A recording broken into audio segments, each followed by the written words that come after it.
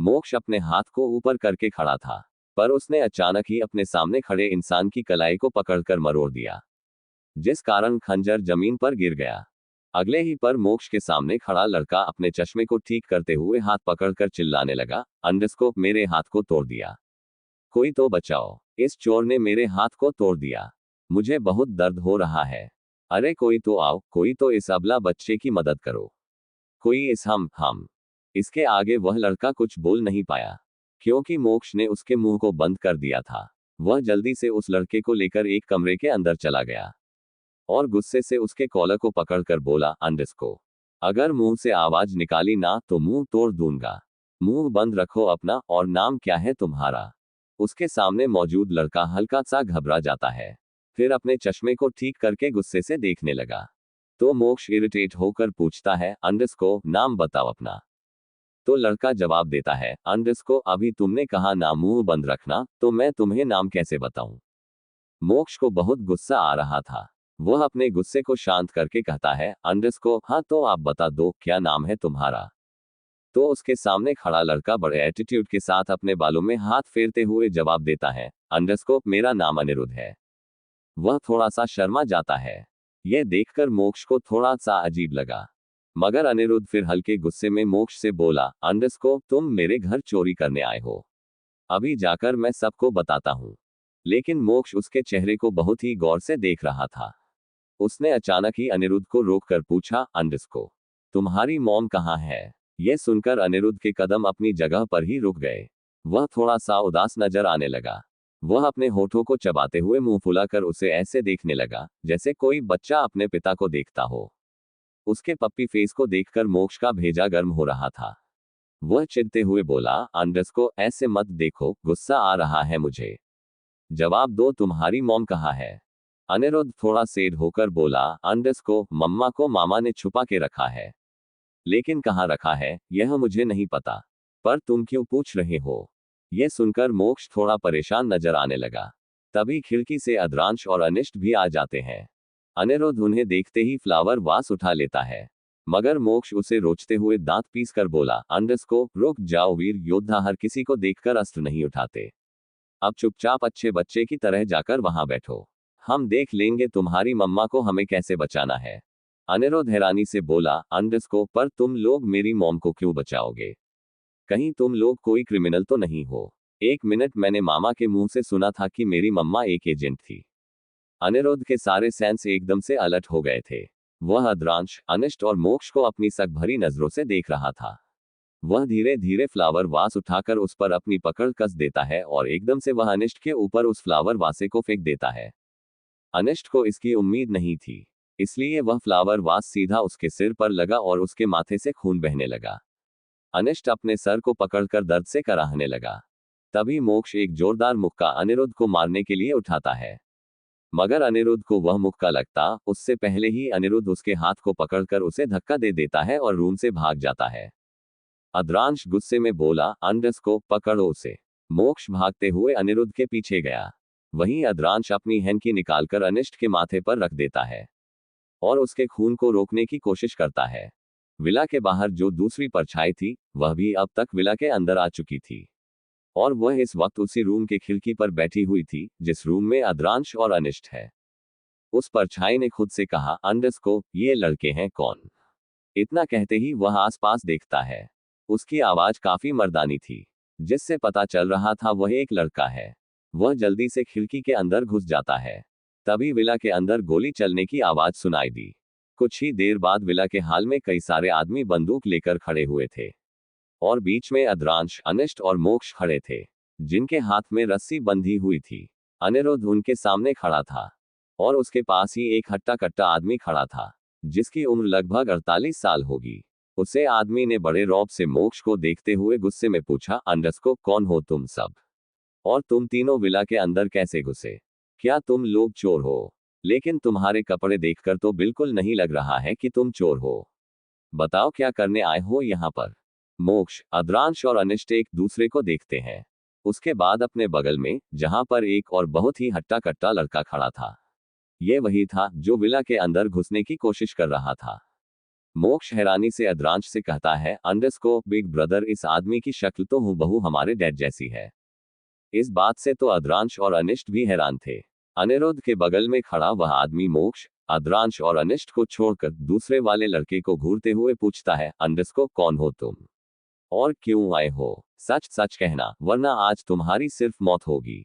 वह लड़का अपने एक्सप्रेशन लेस भाव से उसे देखता है, फिर तिरछा मुस्कुराते हुए कोल्ड वॉइस में बोला, अंडरस्कोप मिस्टर शौर्य, आपसे मिलकर काफी ज्यादा अच्छा लगा।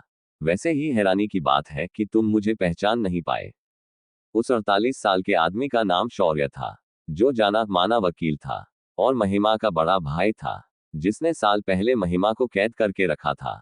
शौर्य अपने सदमे से बाहर आकर उस लड़के के गले को दबाकर पूछता है, अंडरस्कोप कौन हो तुम? तुम्हें मेरा नाम कैसे पता? तुम्हें मेरे किसी दुश्मन ने भेजा है? तो वह लड़का हंसते हुए बोला, अंडरस्कोप क्या तुम मुझे इतनी जल्दी भूल गए? मैं कौन हूँ? थोड़ा गौर से देखो मुझे, शायद तुम मुझे पहचान लोगे मैं कौन हूँ। और बेहतर होगा मुझे अभी और इसी वक्त ही मार दो, क्योंकि अगर मैं जिंदा बच गया तो तुम जिंदा नहीं बचोगे। शौर्य उसकी बातों को इग्नोर करके उसका चेहरे को गौर से देखता है। कुछ देर तक उसकी आंखों में देखने के बाद अचानक ही वह बोला, अंडरस्कोप आशुतोष, क्या तुम वही छोटे बच्चे आशु हो जिसे अश्वत्थ और अनन्या ने अडॉप्ट कर लिया था, लेकिन सालों पहले तुम्हारा पिता तुम्हें लेकर चला गया था? वह लड़का हंसते हुए बोला, अंडरस्कोप याददाश्त काफी तेज है। मुझे तो लगा था तुम्हारी इतनी उम्र हो गई है कि तुम मुझे पहचान ही नहीं पाओगे। आशु की बात सुनकर शौर्य उससे थोड़ा दूर खड़ा हो गया, फिर उसे ऊपर से नीचे तक देखने लगा। आशु बिल्कुल अश्वत्थ की तरह दिखता था। भले ही उसके अंदर अश्वत्थ का खून नहीं था, लेकिन वह अश्वत्थ की तरह ही बिल्कुल रूड और डोमिनेटिंग नजर आ रहा था। शौर्य अनिरुद्ध को देखता है और फिर ठहाका मारकर हंसने लगता है। उसके इस तरह हंसने से अनिरुद्ध मुंह बनाकर मन में बोला, अंडरस्कोप मुझे तो लगा था शकुनी मामा और कंस मामा केवल टीवी में होते हैं, मगर मेरे मामा तो उससे भी ज्यादा खतरनाक है। एक बार मुझे मौका मिल जाए, उसके बाद मॉम को लेकर मैं इनके कैद से ऐसे रफू चक्कर होगा कि इन्हें पता भी नहीं चलेगा। पता नहीं मेरे ऐशो आराम की जिंदगी कब आएगी। कहकर वह आलसियों की तरह जाकर सोफे पर बैठ गया। मगर शौर्य उसे देखकर डेविल स्माइल करके बोला, अंडरस्कोप अनिरुद्ध मिलोगे नहीं तुम अपने बड़े भाई से। ये है आशु, तुम्हारा बड़ा भाई, और शायद ये तुम्हें और तुम्हारी माँ को बचाने आया है। यह सुनते ही अनिरुद्ध अपनी जगह से उछलकर खड़ा हो गया और जोर से चिल्लाया, अंडरस्कोप क्या मेरा भाई? शौक से तो उसका खून ही उल्टी दिशा में बहने लगा। सबसे बड़ा शौक तो अद्रांश, अनिष्ट और मोक्ष को लगा था। तीनों एक दूसरे को देखते हैं, पर अनिष्ट के मुंह से अचानक ही निकल गया, अंडरस्कोप अश्वत्थ डैडी का एक और बेटा है और हमें ही नहीं पता। उसकी आवाज जैसे ही शौर्य ने सुनी, वह अपनी बंदूक उसके माथे पर तानकर बोला, अंडरस्कोप इसका मतलब तुम भी राठौर खानदान से हो। अच्छा हुआ तुम मुझे मिल गए। अब तुम सबको एक एक करके मारने में मजा आएगा। इतना कहता ही वह अद्रांश और मोक्ष को देखता है, फिर अपने गार्ड्स को ऑर्डर देता है, अंडरस्कोप इन सब को कैद कर दो एक रूम में, और विला के सिक्योरिटी को और भी बढ़ा दो। कुछ ही देर में सभी लड़कों को एक रूम में बंद कर दिया जाता है। अद्रांश को तो हमेशा से ही गुस्सा आता था। वह काफी गुस्से से सोफे पर बैठा था और अनिष्ट तो अजीब नजरों से आशु को देख रहा था। आशु भी उतनी ही हैरानी से उन तीनों को देख रहा था। वही अनिरुद्ध काफी देर तक परेशान होकर अपने रूम में टहल रहा था। वह खुद से बोला, अंडरस्कोप इसका मतलब वह सब मेरे भाई लगते हैं और मैंने उन्हें पकड़वा दिया। वह बेड पर लेट गया, फिर आलसियों की तरह बोला, अंडरस्कोप छोड़ो चाहे जो हो, सुबह बात करूंगा। मैं मेरा पहला प्यार, मेरी प्यारी नींद के बीच किसी को नहीं आने दूंगा। कहता ही वो सो गया। अगली सुबह राठौर मैंशन। अश्वत्थ सोफे पर बैठा न्यूज़पेपर पढ़ रहा था। अचानक ही उसके पास दो आदमी भागते हुए आए। एक की उम्र 42 साल थी और दूसरे की 45-46 साल। जो उम्र में साल का था उसका नाम आर्यन था, पर देखने में वह बिल्कुल 35 साल का लगता था। आर्यन भागते हुए अश्वत्थ के पास आया और मुंह बनाकर बोला, अंडरस्कोप भैया आपने किसे महिमा को लाने का काम दिया है? उन सबको शौर्य ने बंदी बना लिया। इससे अच्छा तो मैं ही चला जाता, एकदम धांसू एंट्री मार के। कहकर वो अपने बालों में हाथ फिराता है तो अश्वत्थ उसे एक्सप्रेशन लेस भाव से घूरते हुए दूसरे आदमी को देखता है, जो कि अभिषेक था। अभिषेक के चेहरे पर कोई एक्सप्रेशन नहीं थे। उसने हल्के गुस्से में अश्वथ से कहा, बॉस, मैंने कहा था कि अब मुझे मेरी लाइफ में कोई नहीं चाहिए। वह अपने मर्जी से मुझे छोड़कर गई थी, इसलिए मुझे अब उससे कोई फर्क नहीं पड़ता। आपने क्यों सभी बच्चों को उसे लाने के लिए भेजा? अश्वथ अपनी आंखें छोटी करके उसे देखता है, फिर रूड आवाज में बोला, अपना मुंह बंद रखो। तुमसे किसी ने कोई सवाल नहीं किया, और हाँ, अभी अभी राठौर कॉर्पोरेशन में एक डील की है, जाकर उस डील की तैयारी करो। इतना कहते ही वह न्यूज़पेपर नीचे कर देता है और ब्लैक कॉफी पीने लगता है। तभी अनन्या एक छोटी सी बच्ची के साथ हॉल में आई। वह 4 साल की बच्ची का नाम गुनगुन था, जो बहुत क्यूट थी। गुनगुन अश्वथ को देखकर ही खुश हो गई। वह जल्दी से भागते हुए अश्वथ के पास आए और उसकी गोद में बैठकर हल्का शर्माते हुए बोली, हैंडसम डैडी, गुड मॉर्निंग। कहते ही उसके गाल पर किस कर देती है।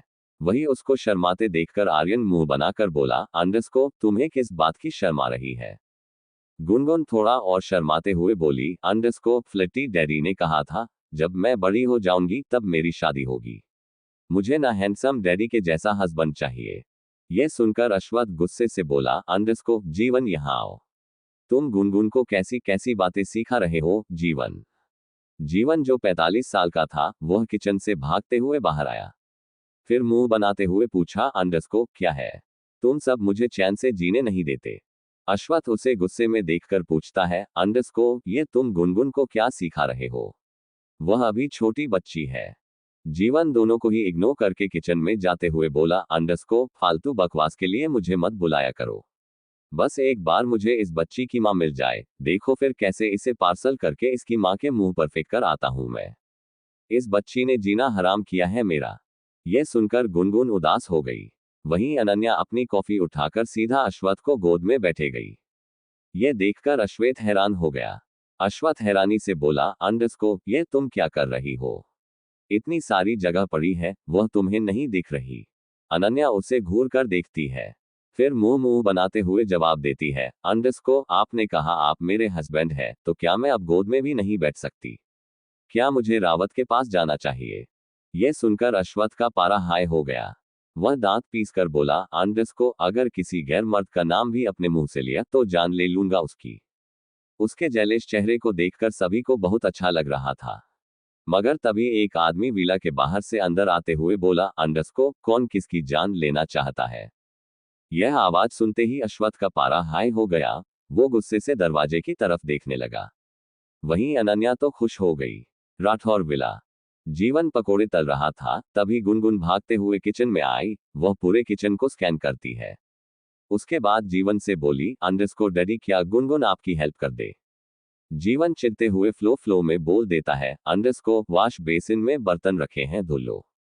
इतना कहते ही वह फिर से पकौड़ी बनाने लगता है, पर फिर अपने कान में लीड लगाकर वह गाना सुनने लगा। गुनगुन पहले वॉश बेसिन को देखते हैं, जो बहुत ऊपर था। वह वहां तक पहुंच नहीं पा रही थी, इसलिए उसने देखा एक छोटी सी टेबल वहां रखी है। वह खींचते हुए उसे वॉश बेसिन के पास लेकर आए और उसे पर चढ़कर बर्तन को देखने लगी। फिर उसने टैप ऑन कर दिया। पानी बहुत ही तेज आ रहा था। गुनगुन को नहीं पता था बर्तन कैसे धोते हैं, पर उसने एक बार नौकर को बर्तन धोते हुए देखा था। गुनगुन एक प्लेट उठाती है, उसमें विम बार लगाकर उसे धोने की कोशिश करने लगी, पर वह ठीक से धो नहीं पा रही थी। उसने बहुत ही तेज उस प्लेट को नीचे रखा था, जिस कारण काफी तेज आवाज पूरे किचन में गूंजी, लेकिन जीवन गाना सुन रहा था, इस वजह से वह गुनगुन पर ध्यान नहीं दे पाया। तभी गुनगुन दूसरी प्लेट धोती है, फिर तीसरी, लेकिन चौथी प्लेट उसके हाथ से छोड़कर जमीन पर गिर गई और टूट गई। हॉल में बैठे अनन्या और अश्वथ ने जब यह आवाज सुनी तो दोनों एक दूसरे को देखते हैं। उसके बाद अश्वथ अनन्या को अपनी गोद से नीचे उतरकर किचन में चला गया। किचन में पहुंचते ही वहां का नजारा देखकर उसकी आंखें गुस्से में लाल हो गई। वह गुनगुन को एक हाथ से उठाकर जमीन पर रखता है और उससे पूछता है, ये तुम क्या कर रही थी? गुनगुन बहुत ही उदास होकर कहती है, डैडी ने बोला कि मैं फ्री में खाना नहीं खा सकती, इसलिए मुझे थोड़ा काम करना पड़ेगा। उन्होंने कहा मैं बर्तन धो लूं। यह सुनकर अश्वथ जीवन को देखता है, जो गाना सुनते हुए पकौड़ी बना रहा था। वह गुस्से में जीवन के पास गया और अपने एक हाथ से उसके गर्दन को दबाते हुए बोला, तुम बच्ची को क्या सिखा रहे हो? माना कि तुम्हें उससे शिकायत है, पर इसका मतलब यह नहीं कि तुम उससे इस तरीके से बात करो। शर्मा आनी चाहिए तुम्हें खुद पर। जीवन जिसे बिल्कुल भी अंदाजा नहीं था कि उसकी बेटी उसके खिलाफ साजिश रच रही है, वह अश्वत्थ के इस तरह पकड़ने से काफी ज्यादा चौंक जाता है। वह जल्दी से लीड को अपने कान से निकालकर अश्वत्थ से बोला, अंडस को, अरे मेरे गले को छोड़ो, क्या जान से ही मार दोगे क्या, छोड़ो। अश्वत्थ उसके मुंह पर एक जोरदार पंच मारता है और उसे उंगली दिखाते हुए बोला, अंडस को, आइंदा से अगर बच्चे से इस तरीके से बात की तो मुझसे बुरा कोई नहीं होगा। तुम अपनी बेटी को इस तरीके से कैसे बोल सकते हो? जीवन हैरानी से बोला, अंडस को, मैंने क्या बोला? मैंने तो कुछ भी नहीं कहा। कहकर वो गुनगुन को देखता है जो उसे जीभ निकाल कर चढ़ा रही थी। जीवन गुस्से से उसकी तरफ बढ़ते हुए बोला, अंडस को, कहीं तुमने उल्टा सीधा बोलकर इसे मेरे खिलाफ भड़काया तो नहीं है? उद्धरण चिन्ह। उसे अपनी तरफ आते हुए देखकर गुनगुन किचन से भागते हुए बोली, अंडस को, हैंडसम डैडी बचाए, यह मुझे मार रहे हैं। अश्वत्थ जीवन के पास गया और उसके कलर को पढ़कर उसे किचन के अंदर फेंकते हुए बोला, अंडस को, जाकर पकौड़ी तलो, एक बार मैं गुनगुन की मां को ढूंढ लूं, फिर तुम्हारी अकल ठिकाने लगवाऊंगा और तुम्हारे भी 7 फेरे करवाऊंगा। उद्धरण चिन्ह। यह सुनकर जीवन को गुस्सा आ गया। वह अपने कमर पर हाथ रखकर बोला, अंडस को, उस चुड़ैल का नाम मत लेना, पता नहीं कौन है और ये पटाखा जैसी बेटी को मेरे गोद में थमा गई, और इस गुनगुन ने जीना हराम कर रखा है। अश्वत्थ जीवन को इग्नोर करके वापस सोफे पर बैठकर अनन्या को अपने गोद में बैठा लेता है। तभी अनन्या मुंह बनाकर बोली, अंडस को, मुझे शॉपिंग करनी है, मेरे पास कपड़े नहीं है। यह सुनकर अश्वत्थ उसे बुरी तरह घूरते हुए बोला, अंडस को, तुम्हारी पूरी अलमारी कपड़ों से भरी पड़ी है। अनन्या को गुस्सा आ गया। वह खड़ी होकर वहां से जाते हुए बोली, अंडस को, ये कहिए आपको खर्च नहीं करना है। इतने बुढ़े उम्र में जवान बेबी मिली है, लेकिन कोई कदर ही नहीं है नवाबजादे को। उसके फिर से बड़े बोलने से अश्वत्थ चिढ़ गया। वह पिलो को अपने मुट्ठी में दबाते हुए बोला, अंडस को, अगर एक बार और बुढ़ा बोला तो मुझसे बुरा कोई नहीं होगा। अनन्या उसे ठेंगा दिखाते हुए बोली, अंडस को, बुढ़ा बोलूंगी, बार बार बोलूंगी, बुढ़ा। अश्वत्थ गुस्से में उसकी तरफ गया। अनन्या भागती उससे पहले ही वो उसे पकड़कर उसकी कलाई को मरोड़ देता है। फिर उसे जबरदस्ती किस करते हुए बोला, अंडस को, एक बार और बोलो बुढ़ा, और अभी भी मैं इतना जवान हूं कि 1 दर्जन बच्चे पैदा कर सकता हूं। अगली बार से बुढ़ा बोला ना तो तुम समझ लेना, कहकर वह शैतानी मुस्कुराहट के साथ उसे ऊपर से नीचे तक देखता है। वहीं अनन्या के शर्म से गाल फूले हुए थे। दूसरी तरफ शौर्य ने सभी लड़कों को एक रूम में बंद किया हुआ था। अद्रंश, अनिष्ट और मोक्ष अभी भी सोफे पर बैठे हुए थे। वह तीनों ही एक तक सामने बैठे आशु को घूर रहे थे, जिसके चेहरे पर कोई एक्सप्रेशन नहीं था। आशु एक टक बेड पर लेटे सीलिंग को देख रहा था, पर उसे एहसास था कि 3 लड़के उसे ही घूर रहे हैं। अब उसे धीरे धीरे गुस्सा आने लगा था। वह उनकी तरफ बिना देखे ही गुस्से में बोला, अंडस को, क्या मैं इतना हैंडसम हूं कि तुम तीनों की नजर मुझसे नहीं हट रही है? या फिर पहली नजर वाला प्यार हो गया है? अगर ऐसा है तो मैं बता दूं, मुझे लड़कों में कोई इंटरेस्ट नहीं है। कहकर वह गुस्से में तीनों को देखता है। तो मोक्ष उंगली दिखाते हुए बोला, अंडस को, तुम हमसे इस तरीके से बात नहीं कर सकते बिकॉज।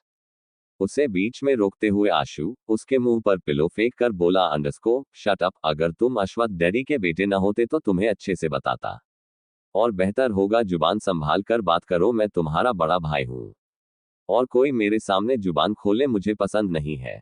अद्रांश बीच में ही गुस्से से बोला, अंडस को, तुम जो कोई भी हो, हमारे दौर को डैड कहना बंद करो, और एक और बात, हाउ डेयर यू, तुम्हारी हिम्मत कैसे हुई मेरे भाई से इस तरीके से बात करने की?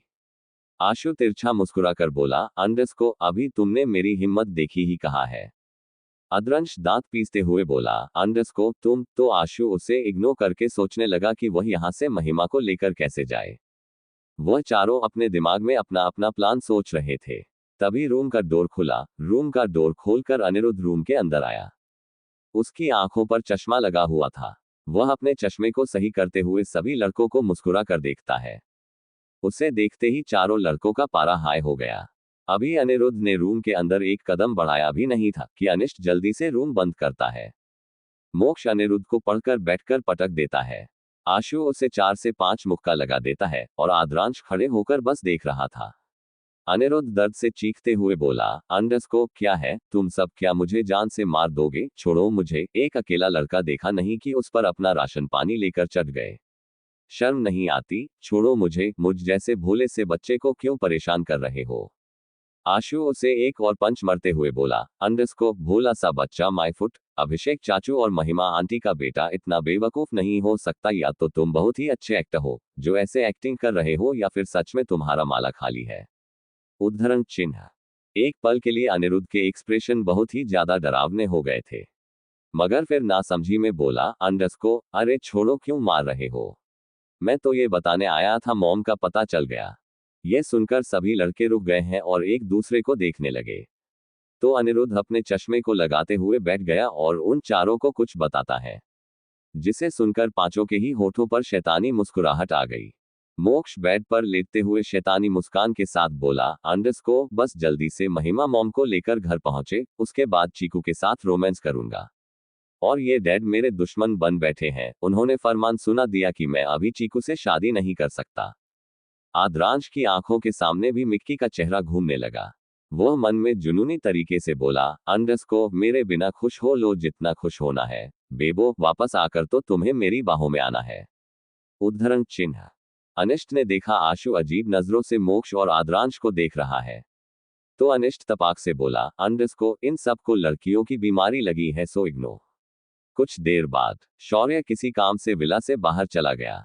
यह बात जैसे ही पांचों लड़कों को पता चली, सभी अपने अपने प्लान को अंजाम देने में लग गए। अनिरुद्ध को विला का कोना कोना पता था। वह चारों लड़कों के साथ एक सीक्रेट दरवाजे से निकलकर बाहर चला गया और वहां जाने लगा जहां पर महिमा थी। वहीं पेड़ के नीचे अरसद सोया हुआ था। आशु उसे एक किक मरते हुए बोला, अंडरस्को उठो, पेशे से तो गैंगस्टर हो लेकिन हरकतें गली के चोर जैसी भी नहीं है। उद्धरण चिन्ह अल्पविराम। आरसत अपने पैर को सहलाते हुए गुस्से में बोला, अंडरस्को अबे कौन है जो मरना चाहता है? तभी आशु उसके मुंह पर मरते हुए बोला, अंडरस्को तुम्हारा बाप, चलो यहां से। आशु अरसत को जबरदस्ती पकड़ लेता है। फिर सभी वहां के लिए निकल जाते हैं। कहाँ महिमा थी, वही चिक्की और मिक्की बहुत खुश थी, क्योंकि उन्हें परेशान करने के लिए आद्रंश और मोक्ष नहीं थे। इशिका तो बहुत उदास थी। वो अपने मन में बोली, अंडरस्को कहीं अरसत हमसे नाराज होकर कहीं ले तो नहीं गए। हरकतें तो बच्चों वाली है, कहीं बचपने में खुद को कुछ कर न ले, और कहीं ये समाज उन्हें ताना ना दे कि उन्होंने हमसे यानी अपने से 4 साल बड़ी लड़की से शादी की है। सभी बॉयज एक बड़े से कारखाने के सामने खड़े थे। वह कारखाना इतना बड़ा था कि वहां पर 2 से 3 महल आराम से बन सकते थे, तब भी जगह थोड़ी खाली ही बचती। उस कारखाने के आसपास कई सारे गार्ड मौजूद थे जो वहां पहरा दे रहे थे। यह देखकर आद्रांश की आंखें सर्द हो जाती है, मगर वह कुछ रिएक्ट नहीं करता। आशु बिहार एक गार्ड को देखता है। मोक्ष, अरसत और अनिष्ट तीनों एक दूसरे को देखते हैं। उसके बाद आशु और आद्रांश को। अनिरुद्ध थोड़ा दूर खड़ा था। अनिरुद्ध की आंखों में एक अजीब से इमोशंस नजर आ रहे थे। एक खालीपन था उसकी आंखों में, पर उसने ठान लिया था आज वह महिमा को जरूर बचाएगा। उसे तो ये तक नहीं पता था कि उसकी मां किस हालत में होगी। बरसों तक वह अपनी मां के लिए तड़पा था, क्योंकि जब से उसने होश संभाला था आज तक उसने महिमा को अपने सामने नहीं देखा था, शिवाय एक बार छोड़कर जब उसका जन्मदिन था और उसने शौर्य से कहा था कि वह अपनी मां से मिलना चाहता है। लेकिन तब शौर्य ने उसे एक गलत काम करने को कहा था। अपनी मां की तड़प के लिए अनिरुद्ध ने बिना सोचे समझे वह गलत काम कर दिया था। अब वह क्या गलत काम था वह केवल अनिरुद्ध और शौर्य जानते थे। पर उस इंसिडेंट के बाद अनिरुद्ध के दिल में एक अजीब सा दर्द रहता था कि उसने किसी की जिंदगी पर बात की है। अनिरुद्ध उस कारखाने को देखते हुए अपनी मुट्ठी कसके बंद कर लेता है, फिर एक गहरी सांस लेता है। तभी अनिष्ट उसके कंधे पर हाथ रखते हुए बोला, अंडरस्को ब्रदर रिलैक्स, हम महिमा मॉम को ढूंढ लेंगे और आज उन्हें अपने साथ लेकर जाएंगे जब तुम्हारे डैड को पता चलेगा। उसने इतना कहा ही था कि अनिरुद्ध अपना हाथ दिखाकर उसे रोक देता है। उसकी आंखों में इस वक्त हल्की सी नफरत नजर आई। वह दर्द भरी मुस्कुराहट के साथ बोला, अंडरस्को मुझे याद नहीं कि मेरे पिता कौन है, मुझे बस इतना पता है मेरे पास एक माँ है। यह सुनकर न चाहते हुए भी सभी की नजरें अनिरुद्ध पर ठहरसी जाती हैं। भले ही वह कह नहीं रहा था, पर उसके अकेलेपन के साथ साथ उसके दर्द को हर कोई समझ रहा था। तभी अद्रंश एक्सप्रेशन लेस भाव से बोला, अंडरस्को इमोशंस में गलत कदम मत उठाओ। वही अरसद मुंह बनाते हुए बोला, अंडरस्को अनिरुद्ध तुम बोल तो ऐसा रहे जैसे हम सब के डैडी हमारे साथ हर रात बिताते हो और हमें प्यार करते हो। उसने जैसे ही ये कहा सब गुस्से से उसे देखते हैं, पर अरसद मुंह बना देता है। वही अंदर एक औरत को बांध कर रखा गया था। उसकी आंखें बेहद तेज और चमकदार थी, उसका चेहरा ठीक से नजर नहीं आ रहा था क्योंकि उसके लंबे बालों के कारण उसका चेहरा हल्का सा छुपा हुआ था, मगर उसकी आंखें थोड़ी थोड़ी दिख रही थी। अचानक ही उस रूम डोर ओपन होगा और एक शख्स अंदर आया। यह शख्स कोई और नहीं बल्कि शौर्य था। शौर्य उस औरत को देखते हुए हंसकर बोला, अंडरस्को महिमा मेरी प्यारी बहन, तुम्हें इस हालत में देखकर मुझे बहुत बुरा लग रहा है, लेकिन मैं क्या करूं, मैं राठौर खानदान से बहुत नफरत करता हूं। और तुमने क्या किया, तुमने उस आश्वत सिंह राठौर के चमचे से प्यार कर लिया। अरे नहीं नहीं, प्यार नहीं, शादी कर लिया और उसके बच्चे के साथ प्रेग्नेंट हो गई। इतना कहते ही उसकी आंखों में नफरत झलकने लगी। शौर्य महिमा के पास गया और उसके गालों को दबाते हुए किसी साइको की तरह हंसकर बोला, अंडरस्को महिमा मेरी प्यारी बहन, तुम्हें पता है ना हमारा परिवार कितने खतरनाक है। तुम्हारे लिए तो मैंने एक लड़का भी ढूंढा था जिससे तुम्हारी शादी करने का सपना मैंने देखा था, लेकिन तुमने उस अभिषेक से शादी करके मेरे सपने को तोड़ दिया। भले ही अभिषेक उस अश्वथ सिंह राठौड़ का पर्सनल वकील है, पर है तो एक नौकरी ही। मैं मानता हूं कि वह सब दोस्त है, पर दोस्ती से क्या होता है? क्या अश्वथ अभिषेक को अपनी प्रॉपर्टी देकर उसे अमीर बना सकता है? नहीं बना सकता, और मैं नहीं चाहता तुम किसी गरीब से शादी करो। अगर लोगों को पता चलेगा तो मेरी इमेज कितनी गिर जाएगी। शौर्य को केवल यही लगता था कि अभिषेक अश्वथ का वकील है, पर उसे ये नहीं पता था कि अभिषेक वर्ल्ड के टॉप 20 कंपनी में से एक का मालिक था। पर यह सब केवल सभी बड़े बॉयज को ही पता था। महिमा अपनी नजर उठाकर शौर्य को देखती है। वह सालों पहले जितनी खूबसूरत थी, आज भी उतने ही खूबसूरत थी। उसकी आंखें धीरे धीरे कठोर हो गई, उसके होठों पर तंज भरी मुस्कान आ गई।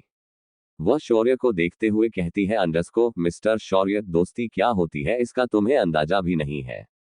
भले ही अभिषेक अश्वथ भाई का दोस्त है, लेकिन दोनों की दोस्ती इतनी गहरी है कि आज तक उन्होंने अपने भाई और अभिषेक में फर्क नहीं किया।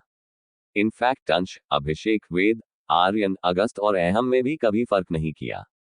वो सब एक दूसरे की ढाल है। आपको क्या लगता है आप अश्वथ भाई को ऐसे ही जान से मार देंगे? महिमा का इतना कहना था कि शौर्य उसे एक जोरदार थप्पड़ मार देता है, पर महिमा के होठों पर एक मुस्कुराहट थी। वह शौर्य को ऐसे देख रही थी जैसे उसका मजाक उड़ा रही हो। बहुत जुबान चल रही है तुम्हारी, क्या कहा था तुमने? तुम मेरी पसंद के लड़के से शादी नहीं करोगी, चाहे तुम्हारी पूरी जिंदगी ही बीत जाए, चाहे तुम मर ही क्यों न जाओ। पर मेरी प्यारी बहन, तुम्हारा वह आशिक आज भी तुमसे शादी करना चाहता है, इसलिए आज ही तुम्हारी शादी होगी। इनफैक्ट अभी और इसी वक्त होगी। कहते ही शौर्य हंसने लगता है। वह महिमा के हाथ पैर खोल देता है और उसे जैसा ही ले जाने को होता है, महिमा एक एक शौर्य के घुटनों के बीच मरती है। फिर जैसे ही उसे पंच मारने को हुई, शौर्य जो जमीन पर गिर गया था, उसके हाथ को पकड़कर मरोड़ देता है। महिमा एक सीक्रेट एजेंट थी, इसलिए उसे लड़ना बखूबी आता था, पर इतने सालों से उसे कैद करके रखा गया था और उसे ढंग से खाना भी नहीं दिया गया था, जिस कारण वह कमजोर सी हो गई थी। उसका शरीर बहुत पतला हो चुका था, वह इतनी हल्की थी कि हवा के झोंके से ही उड़ जाए। शौर्य महिमा के हाथ को जबरदस्ती पकड़कर बाहर ले आता है। बाहर एक मंडप सजा था। महिमा ये देखकर गुस्से से बोली, अंडरस्को छोड़ो मेरा हाथ, मेरी शादी हो चुकी है, छोड़ो मुझे, मेरा ऑलरेडी एक पति है। शौर्य हंसते हुए बोला, अंडरस्को कौन सी शादी और कौन सा पति?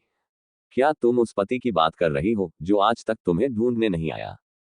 तुम्हें पता है मैं हमेशा से उन पर नजर रखता था, पर मैंने कभी भी नहीं देखा कि अभिषेक तुम्हें ढूंढ रहा है। वो तो बस तुम्हारे साथ खेलना चाहता था, उसका मन भर चुका है, इसलिए उसने तुम्हारी तरफ एक नजर देखा भी नहीं। और तुम्हें पता है, मैंने तो एक बार उसे एक औरत के साथ भी देखा था। दोनों साथ में काफी भी रहे थे। शौर्य की कुछ बातें सही थी, पर ये झूठ बोला था कि अभिषेक ने उसे कभी ढूंढा नहीं था। उसकी बात सुनकर महिमा का जिस्म अपनी जगह पर जम गया। उसे ऐसा लगा जैसे किसी ने उसके कानों में गर्म शीशा डाल दिया हो। उसे अपने दिल में बहुत दर्द हुआ, पर उसका दिल मानने को तैयार नहीं था कि अभिषेक किसी लड़की के साथ था, और उसने उसे ढूंढने की कोशिश नहीं की। अभिषेक उसे बहुत प्यार करता था, इतना कि जब अभिषेक को पता चला था कि महिमा एक एजेंट है और अश्वथ को जेल पहुंचाना चाहती थी, तब भी वह उससे नाराज था, पर फिर भी उसने उसे एक्सेप्ट किया। महिमा शौर्य को गुस्से में देखते हुए बोली, अंडरस्को नहीं, ऐसा नहीं हो सकता। उसकी आंखों से आंसू बहने लगे थे, पर शौर्य डेविल स्माइल करके बोला, अंडरस्को यही सच है। कहते ही वह महिमा को मंडप पर फेंक देता है, जहां पर एक आदमी पहले से मौजूद था। उस आदमी को देखते ही महिमा हैरानी से बोली अंडरस्को रोनी, कहते ही वह शॉक हो जाती है, क्योंकि रोनी जब महिमा एजेंट में थी तब उसका टीम पार्टनर हुआ करता था। रोनी हंसते हुए बोला अंडरस्को, हाँ महिमा, मैं हमेशा से तुमसे प्यार करता था, पर तुमने कभी मुझसे शादी नहीं की, पर अब हमारी शादी होगी। कहते ही वो महिमा को हवस भरी नजरों से देखता है। वही सभी लड़कों ने बाहर खड़े गार्ड्स को पहले निपटा दिया था। अभी वो सब महिमा से कुछ दूरी पर ही थे। आशु, अनिष्ट, अनिरुद्ध, अद्रंश और मोक्ष ही खड़े थे। आरसत नहीं था, उसे आशु ने कहीं भेज दिया था। अनिष्ट मुंह बनाते हुए बोला अंडरस्को, मैंने अगस्त डैडी के मुंह से सुना था, प्यार अंधा होता है जो हर हद पार करता है। आज देख लिया, देखा तो जरा ये बुढ़ा कैसी हमारी महिमा मम्मा से जबरदस्ती शादी करना चाहता है।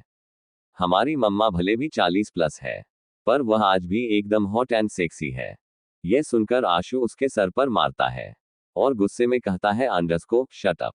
अनिष्ट मुंह बनाकर बोला अंडरस्को, हिटलर कहीं का, मेरे बाप ने भी आज तक मुझे ऐसे नहीं डांटा होगा। अद्रंश उसे गुस्से में देखता है तो अनिष्ट चुप हो जाता है।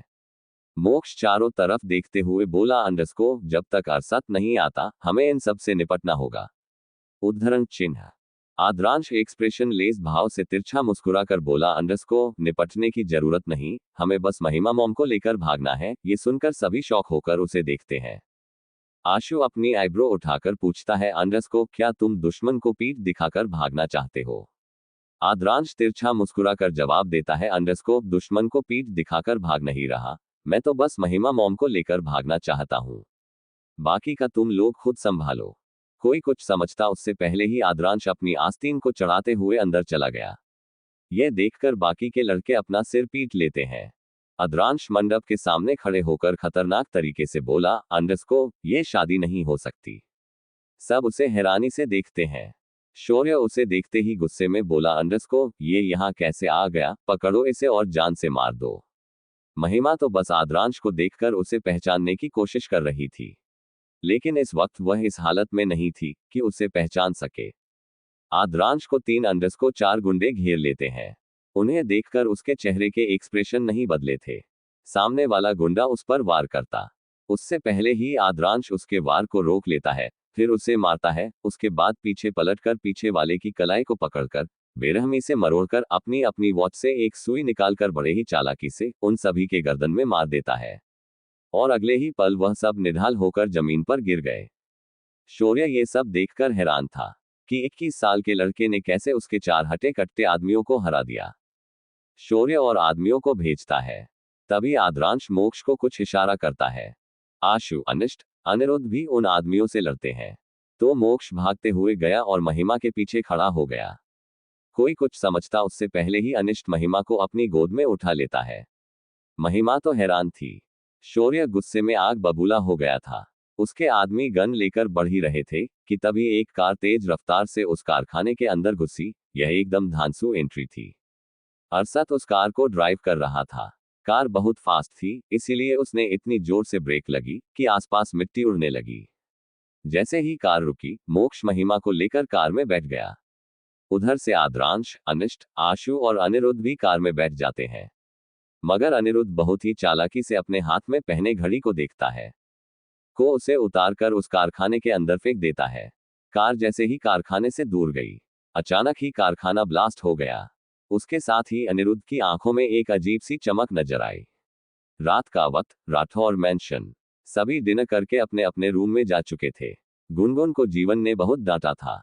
वैसे तो वह हमेशा एक कान से सुनती थी, एक कान से निकाल देती थी, लेकिन थी तो वह 4 साल के बच्ची ही। हमेशा हर कोई उसे यही ताना देता था कि उसकी मां नहीं है। खासकर जीवन हमेशा उससे कहता था कि जब भी उसकी मां मिलेगी वह उसे उसके पास छोड़ देगा। इसलिए गुनगुन सीढ़ियों के पास उदास होकर बैठी थी। उसकी आंखें हल्की हल्की नम थी। उसके दिल में इस वक्त बहुत दर्द था। वह अपने आंसू पोंछते हुए बोली अंडरस्को, गुनगुन खुद अपनी मम्मा को ढूंढ लेगी, फिर डैडी के पास कभी वापस नहीं आएगी। डैडी गुनगुन से बिल्कुल प्यार नहीं करते, हमेशा गुनगुन को डांटते हैं। इतना कहते ही वह और जोर जोर से रोती है। फिर उसे याद आता है कि कैसे किंडरगार्टन में बाकी बच्चे अपने मम्मी पापा के साथ आते हैं। उनके पापा अपने बच्चों से बहुत प्यार करते हैं, पर वह हमेशा ड्राइवर के साथ जाती थी। अगर जीवन जाता भी था तो उसे छोड़कर चला जाता था।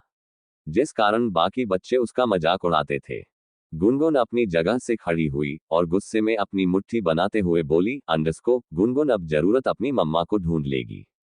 वह भागते हुए अपने रूम में गई। उसका एक छोटा सा ट्रॉली बैग था और एक छोटा सा पिट्ठू बैग था, जिस पर मिकी माउस बना हुआ था। गुनगुन अपने छोटे से पिट्ठू बैग में कुछ सामान डालती है, फिर उसे टांग कर विला के बाहर आ जाती है। उसने देखा सिक्योरिटी गार्ड हर तरफ नजर रखे हुए हैं, तो वो चुपके से दरवाजे के पास खड़ी हो गई। एक तो रात थी, ऊपर से गुनगुन बहुत छोटी थी, इसलिए वो किसी को दिख नहीं रही थी। तभी कई सारी कार विला के अंदर आती हैं। गुनगुन इस वक्त गेट के पीछे छिपी हुई थी। सभी गार्ड का ध्यान तो उस कार पर चला जाता है। इस बात का फायदा उठाकर गुनगुन विला से बाहर निकल गई। कार जैसे रुकी, उसमें से सभी लड़के बाहर निकले सिवाय आशु के। सब अंदर चले जाते हैं। अनिष्ट महिमा को एक रूम में लेटा देता है। अब सभी बॉयज उसे घूर रहे थे। सभी के होठों पर एक तिरछी मुस्कान थी। वही आशु विला के बाहर खड़ा था। वह एक कदम अंदर लेता है और फिर बाहर। वह काफी असमंजस में था कि अंदर जाए या ना जाए, पर वो एक गहरी सांस लेता, फिर अपनी कार में बैठता है और वहां से चला जाता है। क्योंकि सालों पहले वो सबका चहेता था, सब उसे अपना बेटा मानते थे। लेकिन अब वक्त बदल गया था। उसे लग रहा था अब सबके अपने अपने बच्चे हैं, तो कोई क्यों उसे अपनाएगा। अनन्या के पास अपने 2 बेटे थे, तो वो क्यों उसे पहले की तरह अपना बेरा मानकर प्यार करेगी। अगली सुबह अश्वथ शावर लेकर तैयार होकर वॉशरूम से बाहर निकला। वह बेड पर देखता है तो आज अनन्या बेड पर नहीं थी। यह देखकर उसने खुद से कहा, वैसे तो हमेशा कुंभकर्ण बनी रहती है, आज अचानक से इतनी जल्दी कैसे उठ गई। इतना कहते ही वह रूम के बाहर निकल जाता है। अश्वथ को आज घर बहुत ही सन्नाटेदार लग रहा था। अचानक ही एक गार्ड भागते हुए आया और वह अश्वथ को देखकर अपना सर झुका लेता है, लेकिन वह डरा हुआ था। अश्वथ अपनी आईब्रो ऊपर करके उसे देखता है, जैसे पूछ रहा हूं क्या है। वह गार्ड थोड़ा डरते हुए बोला, बॉस, वह मैडम। अनन्या का जिक्र सुनकर अश्वथ घबरा गया कि कहीं उसे कुछ हो न गया हो, क्योंकि वह अभी अभी कोमा से वापस आई थी। अश्वथ घबराते हुए पूछता है, क्या हुआ लिटिल गर्ल को। गार्ड घबराते हुए बाहर की तरफ इशारा करके बोला, बॉस, वह बाहर गार्डन में मैडम। उसने इतना कहा था कि अश्वथ इतना ज्यादा घबरा गया कि वो भागते हुए बाहर गया। गार्डन में पहुंचते ही वह अनन्या को आसपास देखने लगा। उसका दिल जोर से धड़क रहा था। अनन्या को खोने के डर से ही उसका शरीर कांपने लगा था। मगर जैसे ही उसकी नजर अनन्या पर पड़ी, उसकी आंखों में गुस्सा झलकने लगा। अश्वथ का आधा गार्डन बर्बाद हो चुका था। सभी गार्ड्स और नौकर अश्वथ को देख रहे थे। फिर अनन्या को, जिसने फूलों के पौधे को उखाड़ कर फेंक दिया था और वहां पर सब्जियां बो रही थी। अश्वथ गुस्से से अपने माथे को दबाने लगता है। तभी विला के अंदर एक जोरदार सीख गूंजी, जिसे सुनकर सभी चौंक कर विला की तरफ देखने लगते हैं। अनन्या का ध्यान भी विला की तरफ चला गया था, मगर अश्वथ को देखते ही उसकी आंखें बड़ी हो गई डर के कारण। वह अपने थूक को घटक लेती और मन में कहती है, हे भगवान, मैंने इस हिटलर का गार्डन बर्बाद कर दिया। कहीं ये मुझ पर गुस्सा ना करे। अनन्या, छुप जाओ कहीं पर। इतना कहता ही वह छुपने की जगह ढूंढने लगी, पर उसे जगह मिल ही नहीं रही थी। चीख सुनकर सभी विला के अंदर चले जाते हैं, पर अश्वथ अनन्या को अपने साथ जबरदस्ती लेकर गया था। हॉल में सभी मौजूद थे। अश्वथ, आद्रंश, मोक्ष, अनिष्ट, अरसत को देखकर अपनी आंखें छोटी कर लेता है, पर अनिरुद्ध अभी तक नीचे नहीं आया था। जीवन, आर्यन, चिक्की, मिक्की और इशिका सब नीचे थे। सभी ऊपर की तरफ देख रहे थे, जहां से चीखने की आवाज आई थी। तभी उन्हें अभिषेक आता दिखा। अभिषेक बहुत गुस्से में लग रहा था, पर उसने इस वक्त किसी का हाथ पकड़ा हुआ था। पहले तो किसी को नजर नहीं आया, लेकिन जैसे जैसे अभिषेक सीढ़ियों से नीचे उतरते हुए करीब आ रहा था, सभी को उस औरत का चेहरा साफ नजर आ रहा था जिसे अभिषेक ने पकड़ा हुआ था। वह महिमा को जबरदस्ती लेकर नीचे आता है, फिर हाल में उसे छोड़ते हुए एक्सप्रेशन लेस भाव से बोला, क्यों आए हो तुम वापस? जहां से आए हो वही वापस चली जाओ।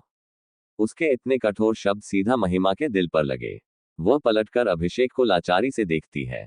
महिमा इतने सालों में कभी नहीं राई। जब भी शौर्य उसे टॉर्चर करता था तब भी उसने आंसू नहीं बहाए, मगर अभिषेक को देखते ही उसकी आंखों में आंसू आ गए। महिमा अभिषेक का हाथ पकड़कर बोली, अभी तुम ये क्या बोल रहे हो? क्या तुम खुश नहीं हो मुझे इतने सालों बाद देखकर? क्या तुम चाहते हो मैं यहां से चली जाऊं? अभिषेक उसकी तरफ नहीं देखता और अपना हाथ झटकते हुए बोला, अंडरस्को, तुम्हारी हिम्मत कैसे हुई मेरे रूम में मेरे बेड पर सोने की? वह अधिकार तुम सालों पहले खो चुकी हो महिमा। अभिषेक के एक एक शब्द बहुत कठोर थे। महिमा को तो विश्वास ही नहीं हो रहा था, ये सब अभिषेक कह रहा है। अभिषेक ने देखा महिमा अभी भी वही खड़ी है। वो इस बार चीखते हुए बोला, अंडरस्को, निकल जाओ यहां से।